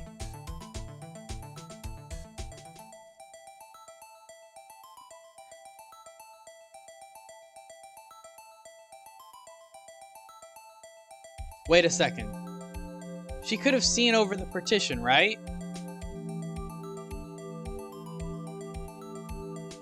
She might have been able to see over the partition because it's 6 feet. She actually might have been able to see over it, to see over here. I mean, the problem still remains that we don't know where this photograph came from, which was taken about right here. But this is clearly not where she was. I'm gonna have to say the security room. Take that! This is the only place where she could have been. The security guard room. Indeed, the security room in the underground parking lot is well positioned. Yeah, it is definitely high enough to see over that. It's built on the second floor, so you can see the entire lot. Yep. I'm glad I remembered how high that was. She would have been able to see the emergency phone from there. But why there? There are many other places where she could have seen the phone. Not in this case, Your Honor. The witness, not being part of the prosecutor's office, couldn't park in A block. The only place where she could have seen the crime in the back of the partition is here. I remember your testimony. You said you brought a lunch to your boyfriend in the security guard room, yes? Well, Miss Starr, how many years have I been getting the better of men? To think that the tables could be turned. Today a man has got the better of Angel Starr. Order! Order! Witness! What have you done? You used to be a detective. You should have known better. I'm not turning back. The guilty will be punished. And I'll do what I must to make sure justice prevails. Guilty? Is she talking about Miss Sky? But the question now is, why would she lie about where she was?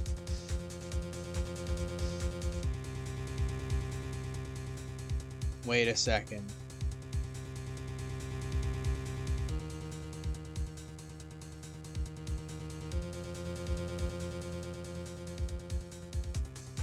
The reason she would lie about where she was is because this photo is a problem. That's gotta be. This photo was not taken at the time that we think it was. That's gotta be it. Either that or she's got like some sort of like camera, automatic camera setup over there. I bet that's why she needed to be on this other side and lie about where she was to make this photo incriminating in the way she wanted it to be. I think that's the reason. There's something wrong with this. That's the reason she would lie about it. She needed to present that photo. Mr. Wright, doesn't this strike you as odd? Why did Miss Starr lie? Doesn't make sense, exactly. Huh? She could have just said she saw the crime from the security guard station. It wouldn't change anything. Exactly. This photograph tells all. It was the defendant who stabbed the victim. But that's the problem. That's the very issue. How did this photograph get taken? The truth still stands. Well, it doesn't anymore. It still stands? I disagree, Mr. Edgeworth. What? If a witness is found to be lying, they're guilty of perjury. She knows this. She wouldn't risk that without a good reason. That's just juice on her jacket. I got a group message from my dad that included half my siblings. I asked my dad to rename the group chat Dream Team, and he did it. I'm laughing so hard over here. I can't wait to show the other siblings that I included and are a subspecies of sibling. Oh, Magnard. You are the worst. Oh my gosh. They're not included.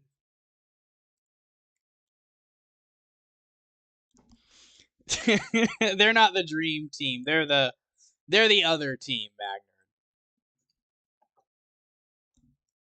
So tell us what her reason was, Mr. Wright. Huh? Me? Who else? Mr. Wright, let's review what we know. Yes, let's. Miss Starr witnessed the crime from the security guard station.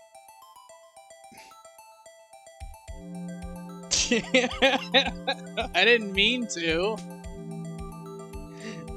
I hope you didn't make too much of a mess. That's amazing. I have my moments, Magnard. I have my moments.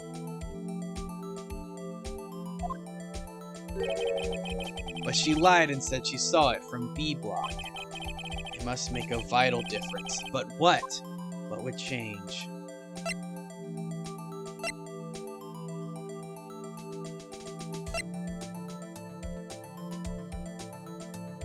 The angle of view to the crime. That would definitely change.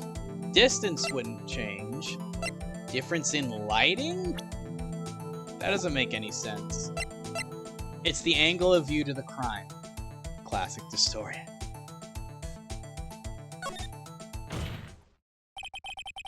Why the angle at which she saw the crime occur would change. The angle? What do you mean? I'm watching the BBs playing soccer.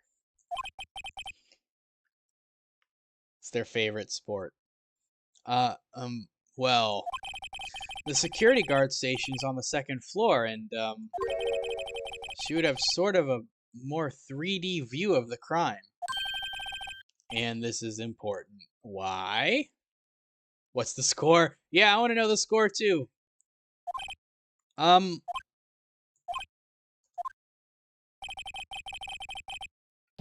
Uh-oh. Ouch. Alright, so that was wrong. Miss Star witnessed a crime from the security guard station.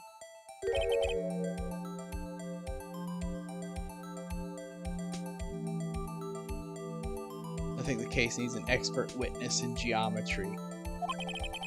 I agree, Magnerd, and because I am not an expert witness in geometry, I am not.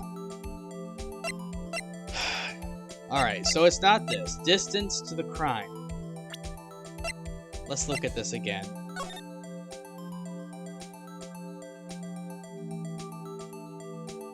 The lighting? Why would that matter, though?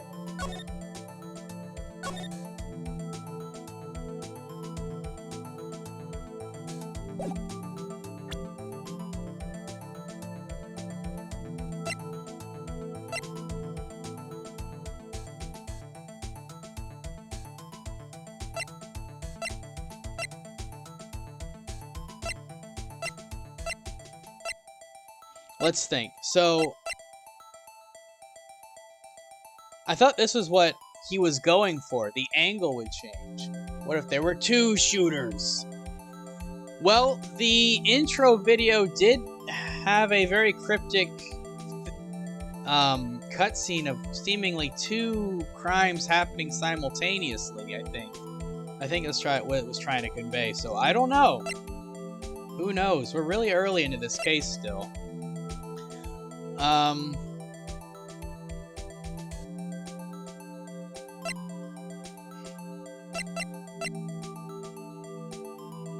I think we're on to something.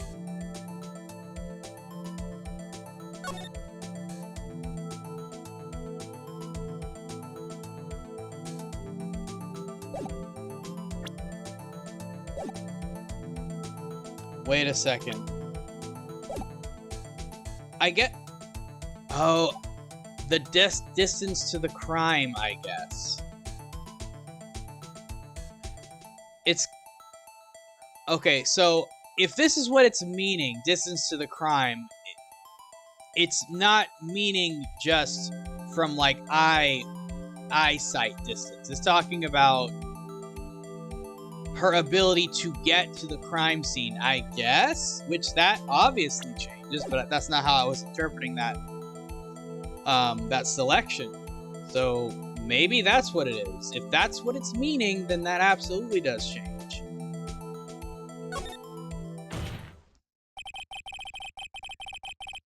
It changes the distance between her and the scene of the crime. My condolences, Mr. Wright, but one look at the floor plan and it's quite clear. The distance between the scene of the crime and the guard station is 30 feet. I don't see how that would change what she could see. Objection! What she saw is not in question here. What matters is the time it would take her to reach the scene of the crime. Okay, so that's what it was going for. That's not what I was thinking it was meaning. Because if I knew that that's what it was meaning, I would have obviously thought about that. Because my thinking was exactly what Edgeworth was saying. Miss Starr, you witnessed the crime from the security guard station. Now, how long did it take you to go from there to the scene of the crime where you arrested Miss Sky? Well, witness? You... yes? You ordered the squid wheels, right? No, I didn't. You must have somebody else's order. The quality of my lunches has gone from low to inedible. What, Phoenix, you don't want some squid wheels? I was bringing a PB&J lunch with fresh boysenberry jam to my boyfriend. Boysenberry for the boyfriend. Why does the judge look like a dark monk warrior? Magnard, it's because he moonlights as a dark monk warrior. This is his side job. He's actually a contracted assassin from the Dark Monk Order. He wasn't in the station, so I waited. I witnessed the crime from the glass-walled station.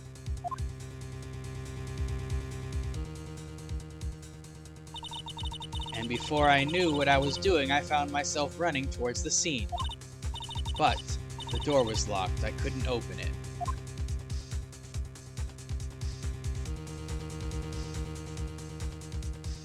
She had quite a sprint. Look at that. That's why I had to go through the visitors' parking in B block. That's quite a detour. Yeah, it is. I like moonlight. Do you like moon pies, Magnard? It probably took me at least 5 minutes to get to the scene of the crime. 5 minutes? That's a huge gap. This changes things considerably. But it was that woman over there in the defendant's chair who stabbed him. I know it. I have the photographic evidence. I swear it. I swear it on my finest plastic spork. Uh-oh. She swears it on her finest plastic spork. Magnard likes strawberry jam. Magnard likes strawberry jam with his moon pies. You have a point, and the spork is a wonderful invention. Thanks, Judge. Would you like another caviar lunch? Absolutely. He's just in it for the caviar lunches. I think I've only had one of those moon pies, and I was a kid. I think I liked them. I'm gonna be honest, I don't really care much for them. I want to slather my face in strawberry jam. Uh-oh. Mr. Wright, you have to do something. Do you have any evidence to stop this? Well, we kinda have to, right?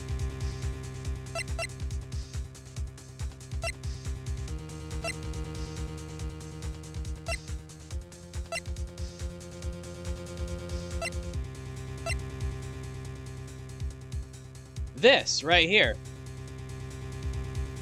This doesn't make sense. This still doesn't make sense. This photo does not make any sense.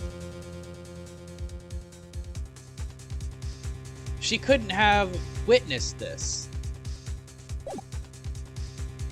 Objection!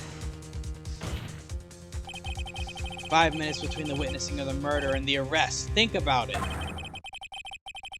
You could make pasta in that amount of time. If you like it al dente. That word that I do not know how to say. Al dente. I've got lunch boxes that tie pasta into knots, rookie. A 5-minute blank. Isn't that strange? Pasta takes 8 minutes. Your Honor, the defense attorney is not an expert in cooking pasta. Strange. If you were a criminal, what would you do with 5 minutes, Your Honor? Well, I guess I'd flee the scene. Hey! Don't get the wrong idea. I didn't kill anyone. Dante. Okay, so I did say it right the first time. But you have the instincts of a killer. You would run. But this time was different. Miss Guy dawdled at the scene of the crime. She even had her picture taken. Yep. No true criminal would act this way. It's inconceivable.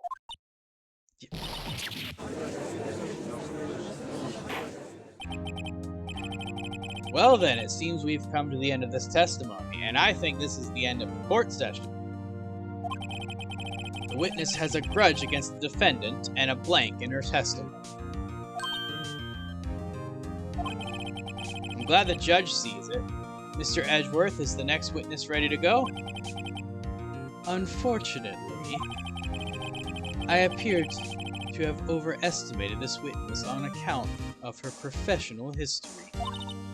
We did it! We screwed that can shut, Mr. Wright. That was too close. I'm afraid that the cough-up queen has been dethroned. And with that, court is adjourned. Alright. Oh! We're not done? Mr. Edgeworth, you ordered the squid wheels, right? Yeah, Edgeworth ordered the squid wheels, not Phoenix.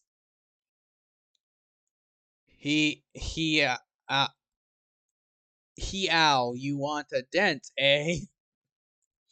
I'll pass on the dent. That's the one she tried to foist off on me. I prefer not to take the defense team's leftovers. Anything else to say? I don't know. Doesn't sound good. I might be able to save you. I have decisive evidence. But what was that? Is this another one of her trick lunchboxes? My apologies, but we have no further questions to ask of you, Miss Starr.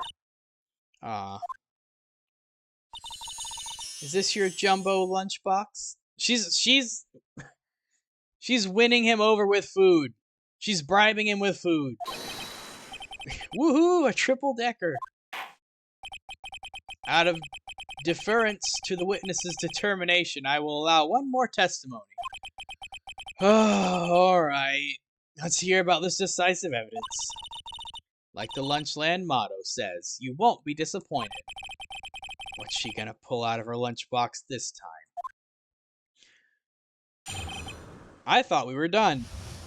Oh, that was a little bit of a surprise. I should have mentioned those 5 minutes when I wasn't looking at the crime scene. And now, to the matter of the victim's shoe. Did I not bring this up? How did she get this shoe? You can't just take a shoe off of the crime scene and almost forget to present it in court and then just show it in court whenever you want to. 2 types of blood were found on this shoe. One was, of course, the victim's, and the other blood type matched that of the defendant, Miss Lana Sky. The shoe proves it. It's flawless, decisive evidence. Potatoes. Here we go. Boil 'em, mash 'em, stick 'em in a stew. Boil 'em, mash 'em, stick 'em in a stew. Boil 'em, mash 'em, boil 'em, boil 'em, boil 'em, mash 'em, stick 'em in a stew. Boil 'em, mash 'em, stick 'em in a stew. Boil 'em, mash 'em, boil 'em, boil 'em. Potato, potato, potato, potato. Boil 'em, mash 'em, stick 'em in a stew. Boil 'em, mash 'em, stick 'em in a stew. Boil 'em, mash 'em, stick 'em in a stew. Boil 'em, mash 'em, stick 'em in a stew. Potatoes. Thanks for the potatoes, Magner. Was it worth it? Was it worth the points, Magner? Can you finally rest easy knowing that you played the potatoes song? The potatoes song? What? There was blood found on that shoe. Try Lunchland for all your lunch and decisive evidence needs. Witness, what is the meaning of this? Why is this the first time I've heard of this evidence? Simple, as I've already said. I don't trust you with evidence, Mr. Edgeworth. Therefore, she just makes her own rules. That's why I took the liberty of investigating this myself. And you had blood tests performed? Didn't I mention? I have 3 boyfriends in forensics. In any case, Your Honor, I can't accept this as evidence. Say that again, I liked it. Oh my gosh, that was so creepy. That was so creepy. That was so freaky, Magner. The initial pause between what he said and then the rest of it, I was like, what in the fuck is that?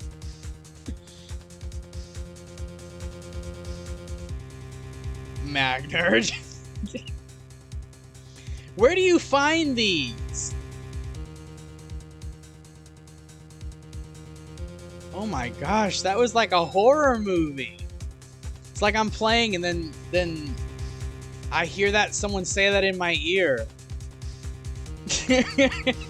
That pause when you heard it. I'm dying. I don't know where I find them. You have an uncanny talent, Magner.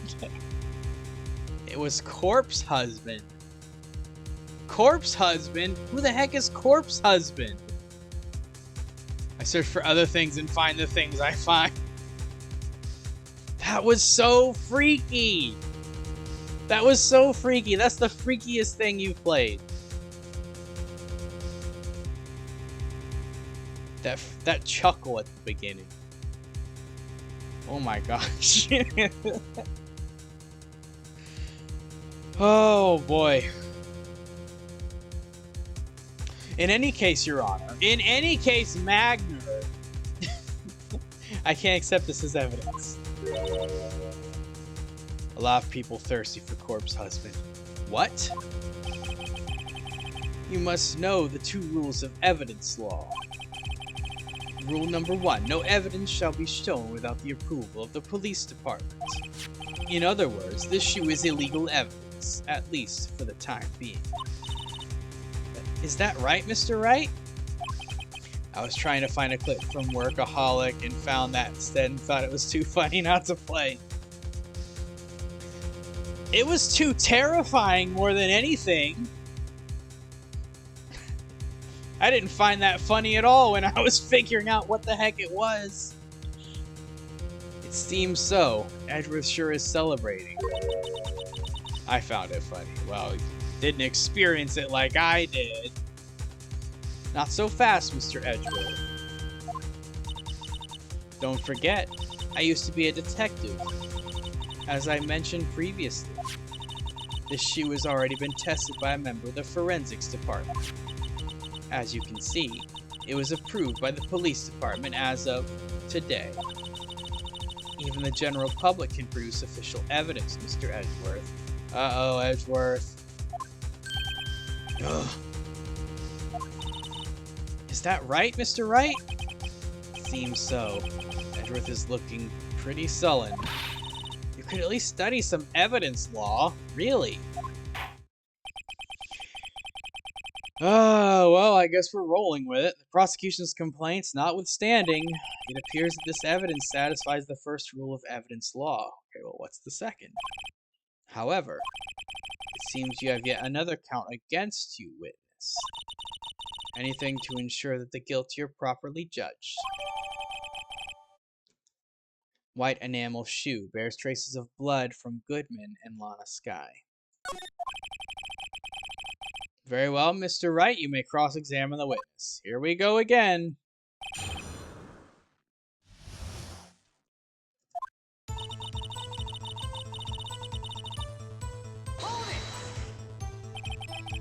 Why did you lie about those 5 minutes? I guess you could say I just wanted people to look at the results. The results? How many times do I have to say this? I saw the chief prosecutor stab the victim before my very own eyes. Compared to that, a 5-minute blank means nothing. Then why didn't you just tell the truth? Don't make me laugh. We're dealing with the most untrustworthy of the vile lot known as prosecutors. Falsified evidence, arranged testimonies, erasing and manipulating evidence. Then you fight monsters. When you fight monsters, you need to use every trick in the book. This when the suspect is admitting she did it? But false testimony is the most despicable crime of all, Miss Starr. Let's just get this over with. I mean, Judge, you could remove her from the courtroom. And you found this shoe at the scene of the crime. I detained the chief prosecutor and notified the police department. I wanted to make myself useful while I was waiting for the police to arrive. So like an ill-trained pooch, you snuck off with a shoe. I was afraid someone would erase the chief prosecutor's crime. The shoe was my secret weapon if that should happen. So, why was she worried about picking up a shoe instead of making sure that the victim was okay? Right? She hasn't said anything about checking on the victim, but by golly, she was really obsessed with this shoe.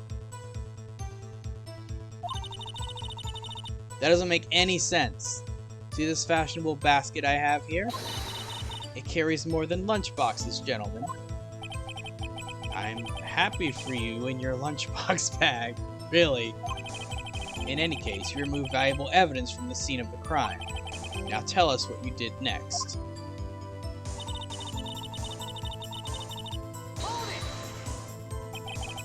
So you brought it to the forensics department? If you're going to submit something as evidence in court, you need it approved. To do that, evidence must be analyzed by a forensics expert.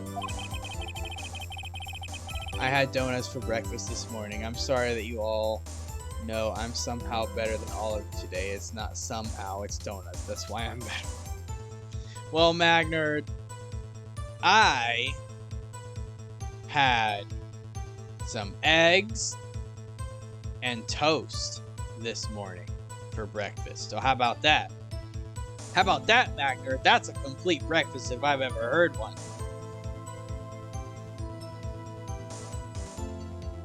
And she got away with her little coup because she used to be a detective.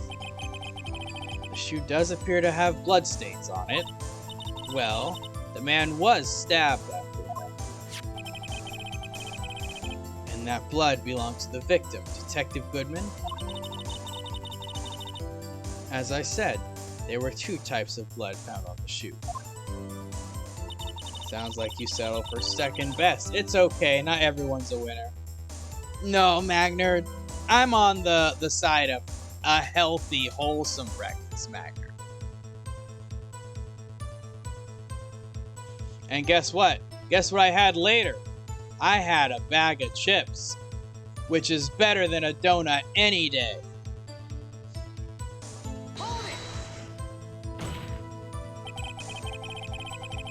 You can't say for sure the blood belongs to the defendant with a blood test.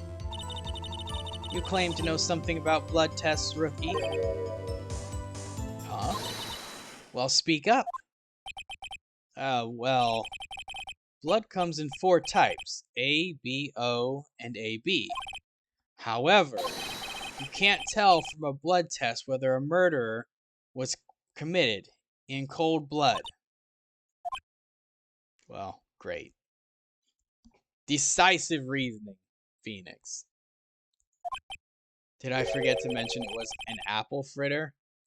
You did, Magnerd. However, I stand by that blueberry cake donuts are the pinnacle of donut. The epitome of donut spectacularity. That's just a figure of speech, Mr. Wright. Actually, we can differentiate between millions of types with all the blood tests out there. Which means that we can more or less narrow any sample of blood down to just one person. Or so I hear. We're talking about donuts again. We are talking about donuts. That's pretty specific. If I had a little more time, I would have gotten DNA test results. I shit you not, I had exactly 2 donuts, and the other one was a blueberry cake donut right out of the fryer.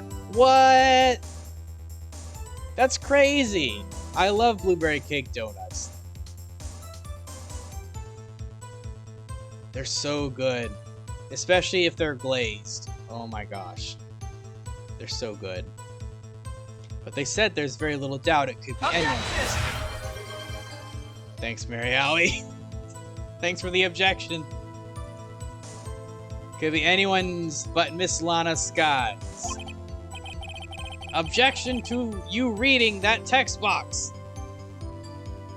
This one's great, glazed. So great. Yes, Magner. Oh, now I want one. Now I want a glazed blueberry cake donut. So the suspect's blood was found on the victim's shoe.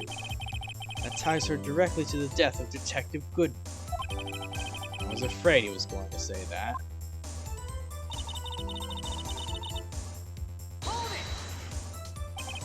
I can't let this evidence go without a fight. Ugh! You can't lose this case. Well, thanks, Magner. That's a lot of points to spend on a joke. I'm gonna try not to. I'm already trying not to. But Magner, empowered with your blessing, I will not lose this case. I will not lose this case, Magner. You have channel points resting on it. Peppered fish guts. How is she keeping that cooled? Some like it hot, Mr. Wright. Some, like your client, she's in enough hot water to make a whole vat of soup. Mr. Wright, do you or don't you have a problem with this shoe? Well, I don't know. I haven't looked at it yet. Let's actually do that. No amount of points is too much for a joke. Words to live by Magner.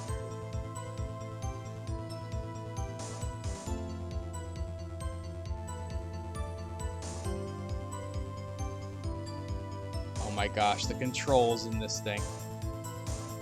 It's a black hole inside this shoe. Alright.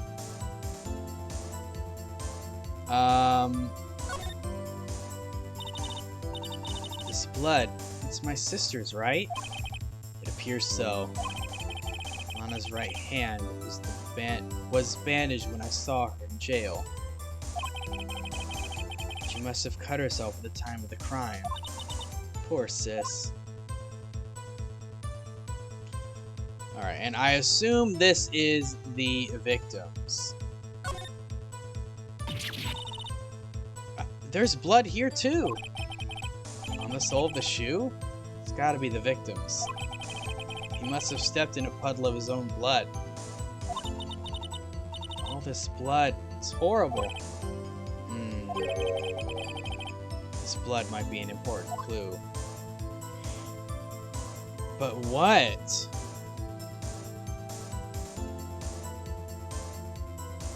Alright. Well, let's finish this line of reasoning first. Or this line of question. Problem? This is critical. Is there a problem with the victim's shoe? You're rolling on those Dystoria points. Alright. So. This is Lana's. This is the victim's, okay?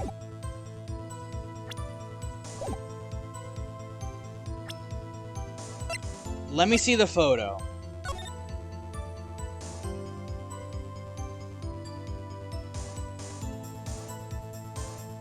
Where is her blood coming from? Her hand was bandaged, but her hand is also covered. There's no... Lana isn't injured in this photo that I can see, right? If we're asserting that that blood on her coat is the victim's, also, there's no blood on the ground. That's where there's no blood on the ground. That doesn't make any sense. I'm not imagining things. I'd say there's one critical problem with this evidence, a clear contradiction. That gleam in your eyes. You're still young, rookie. I'd give you a peppered fish gut now. But you couldn't take the heat, could you? Well, I don't want the peppered fish gut. Anyway. What is a contradictory about the victim's shoe? Show us the problem with the evidence. Alright, if you insist.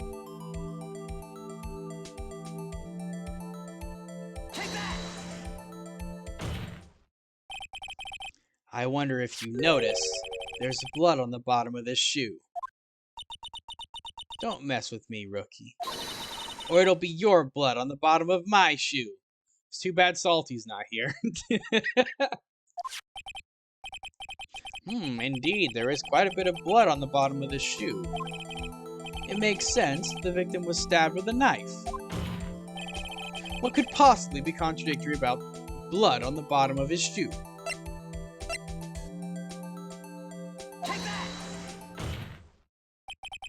The problem lies in the footprint. The footprint? Note that the bottom of the victim's shoe is covered in blood. Then, isn't it strange?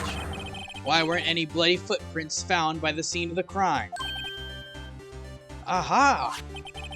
As you can see, there were no traces of any such footprint at the scene of the crime. That contradicts your claim about this shoe. So that would make sense. This photo was taken at a different time.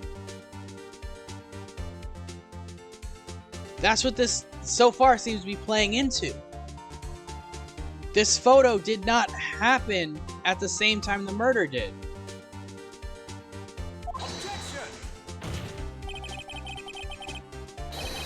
This picture only shows part of the floor, so there could have been bloody footprints. Then where are they, Mr. Edgeworth? Because we checked the scene and found nothing of the sort. She's wearing different clothes in some of the pics. We only have one picture of her, Magna. And it's that one.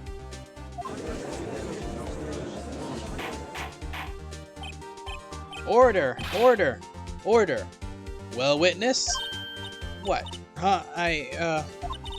Great going, Mr. Wright, but it's true that the lack of footprints is a contradiction, but then we have to ask why there wasn't a footprint. Oh, that's true. There has to be a reason why there wasn't a footprint. Think, Mr. Wright, think! Hey, I don't know why it's not there. I'm just good at finding out contradictions. There's probably only one photo because she's tacky and we hate her. That's the real reason, Mad Nerd. See, we've been overcomplicating this whole trial, this whole time, and really it just boils down to just simply that she's just tacky. Oh. I see. Now I get it. Get what? Our witness is more devious than I gave her credit for. We were hoodwinked to the very end. But she slipped. There is one vital hint to the truth in her testimony. What are you talking about? Think back to when she told us about apprehending the suspect. The chief prosecutor tried to resist, but her efforts were in vain. He knocked my hands aside and kicked over an oil drum. Oh, she's beautiful but deadly. A predator, this one. A leopard woman. I thought that it was a strange thing for the normally cool-headed chief to do. No kidding. Now, witness, allow me to ask a very simple question. This oil drum, was it empty? Oh, that. I'm not sure I like your attitude, Mr. Edgeworth. Though apparently you're not the slowest conveyor belt in the lunchbox factory. Witness, well, was the oil drum empty? The oil drum kicked over by the chief prosecutor was brimming with water. Water? Oh, Phoenix, you don't know what that means? She's gonna claim that the water washed away the blood. Still don't get it, Mr. Wright. Do you want to know the reason she knocked it over? The real reason? You don't mean... Yes, the suspect knocked over that oil drum for one reason and one reason alone. To erase the bloodstains that would become evidence against her.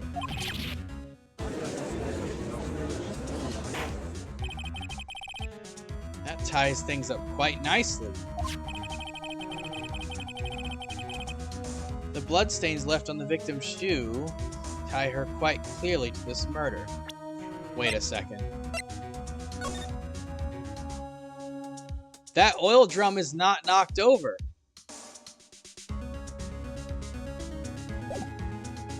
Right? That's the oil drum we're talking about.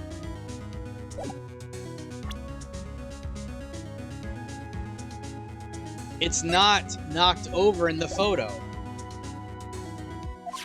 Do you remember the one time Bob Barker spent decades trying to brainwash us into neutering our pets?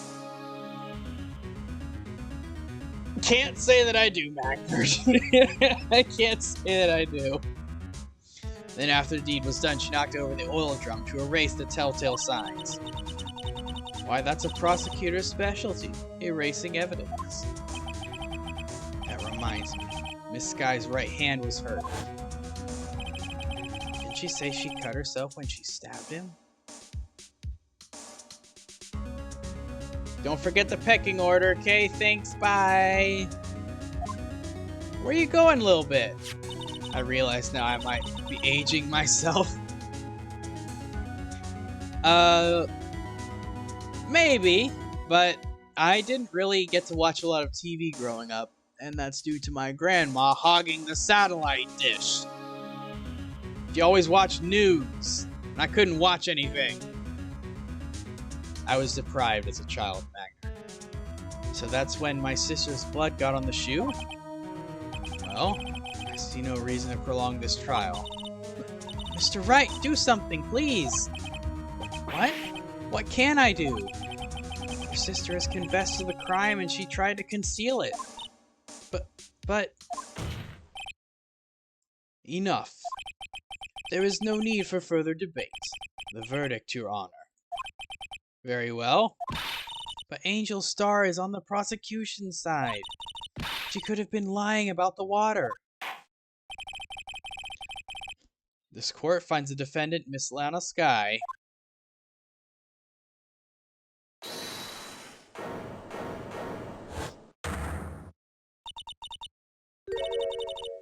Little girl, what did you just say? Huh, me? Did you say that I, Angel Star, was on the prosecution's side? Well, yeah, you are. You're saying my sister hid evidence by erasing the bloody footprints. Well,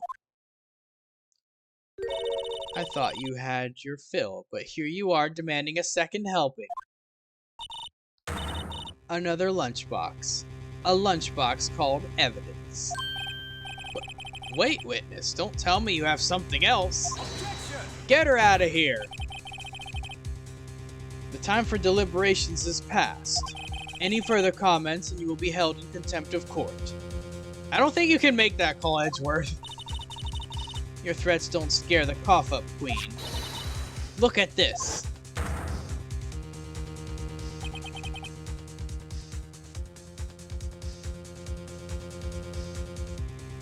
Oh my gosh.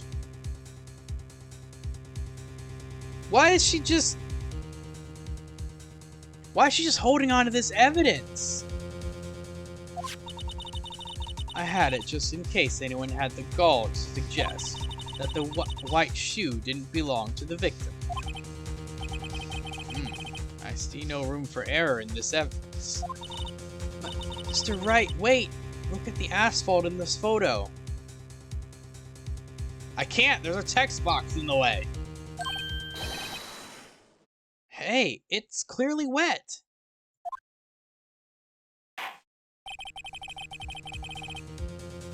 Erasing the last trace of doubt from the court's mind. Immediately after the murder, the crime scene was washed with water. I'm sorry, Mr. Wright. I guess I couldn't help after all. Not your fault. I knew I couldn't win this case from the beginning. And it seems this is what your sister wanted anyway.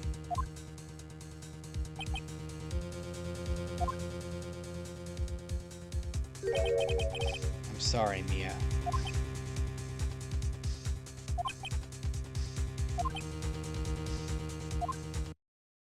Right. Wet or not, don't be so quick to throw in the towel. Get yourself up, off the asphalt. Take another good look. Don't give up, not until the bitter end.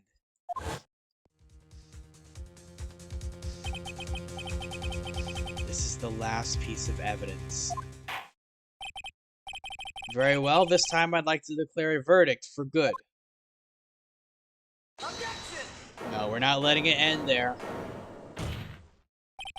Your Honor, wait. What is it with you? What is with you people? Can't I hand down my verdicts in peace anymore? No, you absolutely cannot.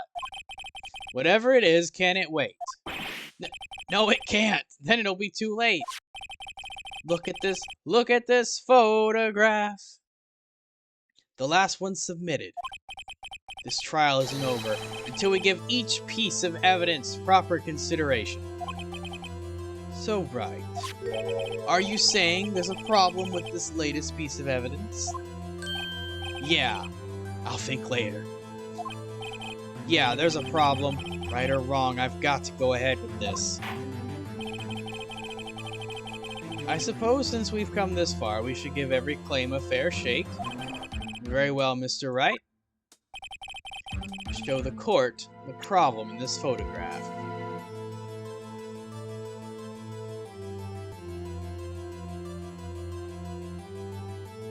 What is this? What is this note? Or paper? Or what? Or...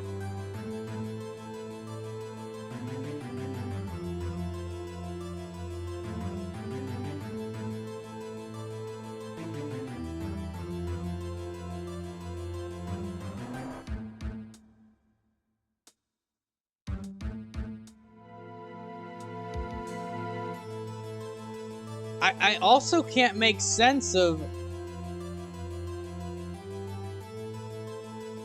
where this is. This doesn't look like the same location that the...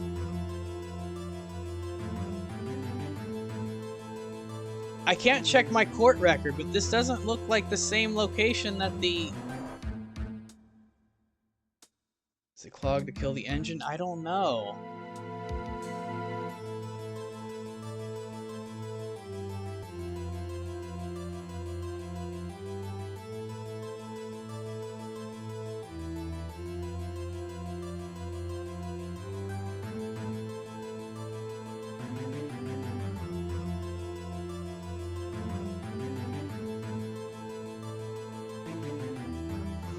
This doesn't look like the same location, but I can't tell.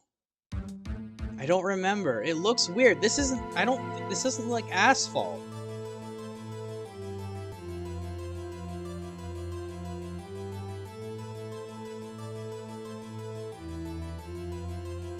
It's either this or this. And I can't say.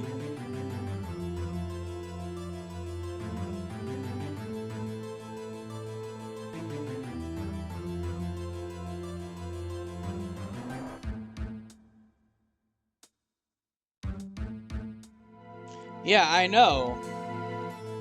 This is throwing me off, though. So it doesn't look like it's supposed to, it's where it's supposed to be.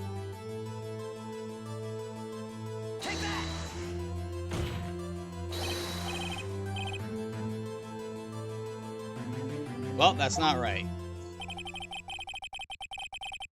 As your elder, Mr. Wright, let me give you a piece of advice. It's probably here. When you point at something, at least remember to keep your eyes open.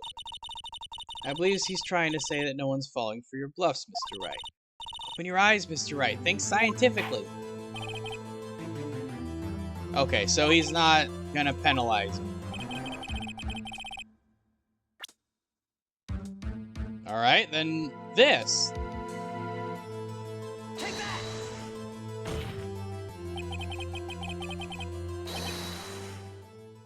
I was about to say. It's just funny thinking of, like, Phoenix just pointing to everything he can possibly think of in the photo. It's this! Actually, my hand slipped. It's this! Well, hold on. Oh, let me get my glasses. It's this! What's this? There's something poking out of the car's muffler. Wait a second! The muffler!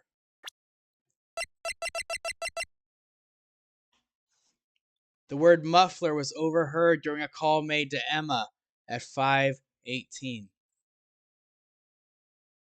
Did you know mufflers have hair? This is what she was referring to. This is significant. This is super significant. Wait just a moment, Mr. Edgeworth. Your Honor? You just said muffler. However, I see no trace of a muffler or scarf of any kind in this photograph. I wish my muffler had hair. Me too. A muffler is also part of on a car or motorcycle, Your Honor. Just think of it as part of the exhaust system, a pipe. I see, and I see. What's that suspicious-looking cloth sticking out of the car's muffler? So what if there is something sticking out of the muffler? What does that have to do with this case? Nothing. Absolutely nothing. Objection! Sorry, Miss Starr, but it's not going to be that easy. In fact, you've already told us why this is important to the case. You said as much in your testimony. What? Let's hear what Mr. Wright has on his mind. Tell us why this cloth in the muffler is related to the case. Boom. Miss Starr, recall your testimony for the court. Yes, when I arrested her, she mentioned the muffler. That's what had me confused in my earlier testimony. Muffler. Could it be that the muffler you heard mentioned was actually this exhaust pipe? If so, that means this piece of cloth is vital evidence.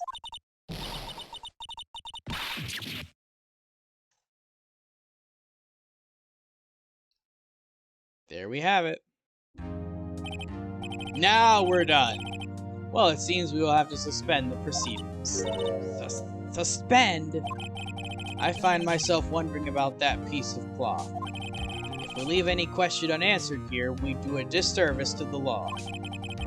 Have the car at the crime scene inspected at once and bring me that cloth.